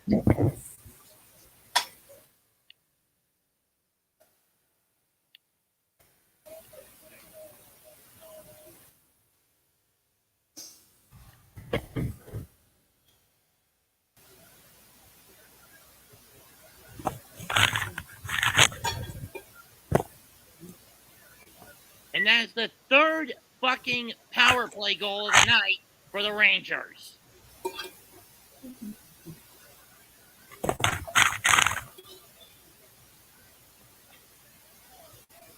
Minute 29 left.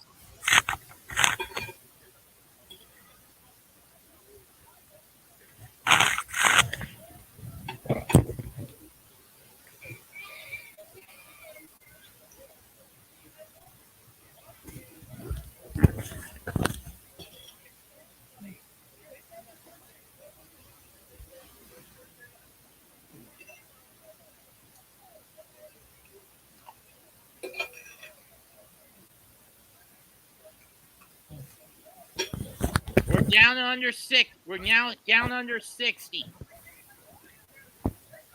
Goodrow being chased down.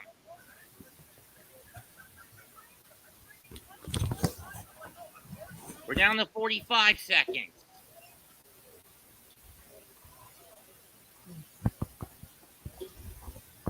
Romanov.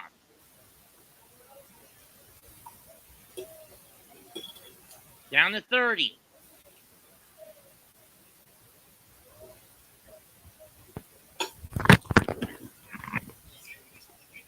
About to hit under 20 seconds.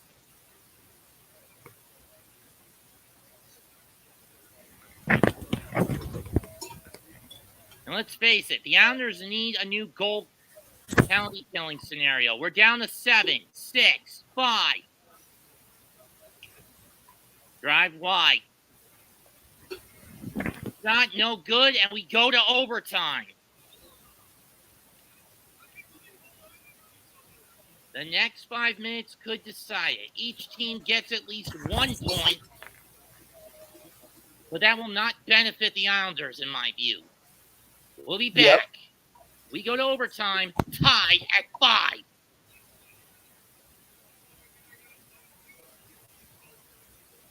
What killed the Islanders? Those 2 power play goals over a 2-minute stretch.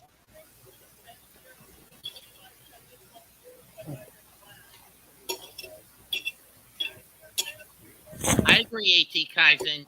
Considering how bad the Islanders are on penalty killing this year, last year our penalty killing was superb. It was our power play that sucked. This year it's the fucking opposite. Know what I mean, Jose? Yeah.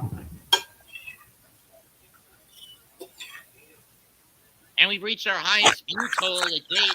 Hey, as a podcast, we've got 7 in here. And we had 7 in here. Counts for something. I'm happy for that.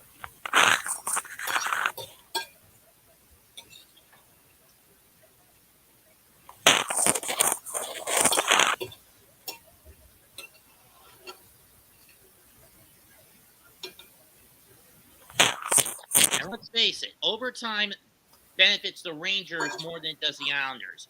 8th time the Rangers have been in overtime, they're 6-9. 15th time for the Islanders, their record sub 500 at 5-9. Wow.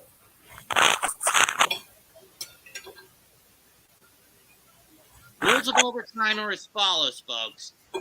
Each team will only be allowed 3-on-3 unless it's a power play. 5 minutes. If no one scores in that 5-minute stretch, we go to a shootout where each team will pick 3 of their best to go one-on-one with the goaltender. No rebounds. Best of 3 or more, depending on if no one scores in the first 3 rounds, wins the game. Damn. Rangers caught up. That's impressive. Now Like it's a I bigger said, break. the Islanders have blown dog shit when it comes to holding large leads. Did I not say that at the start of this thing? Didn't I, Jose? Yep.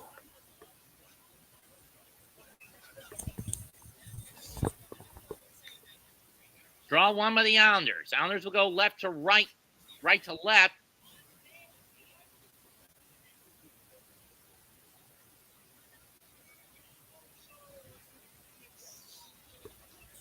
The net came off. I'm not sure if the puck got over the line before the net came off. Rangers celebrating like the puck went over the line before the net came off. I'm saying it went over after it, but let's see.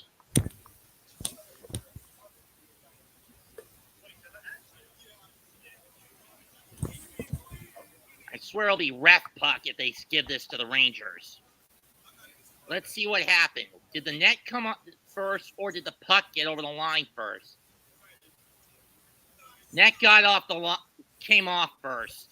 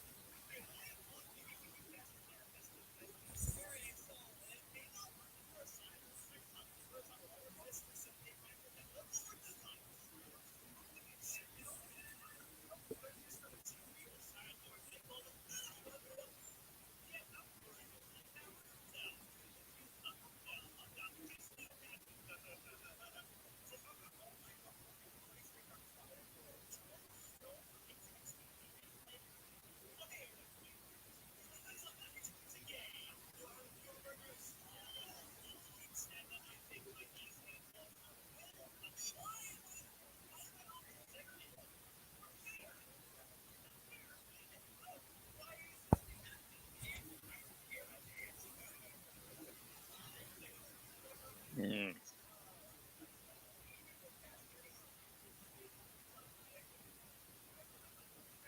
And it's a goal. The Rangers win.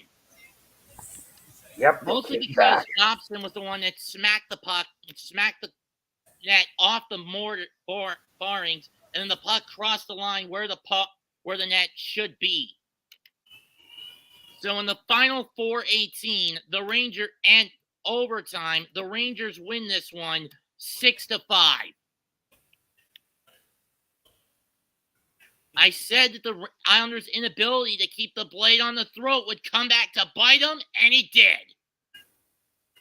Am I right, Jose? Yeah.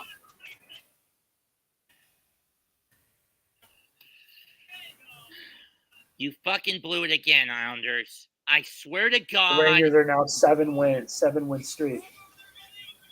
I swear to God, Islanders, next year you get a coach that teaches you to put the blade on the throat when you have a big lead.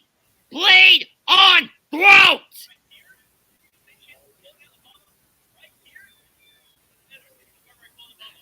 Comment, like, and sub. This is the MegaMets podcast signing out. Till then, goodbye. See you tomorrow. See you Wednesday at 8 when we do our doubleheader for New Beginning in Sapporo by New Japan Pro Wrestling. Goodbye. And good fucking night. Bang.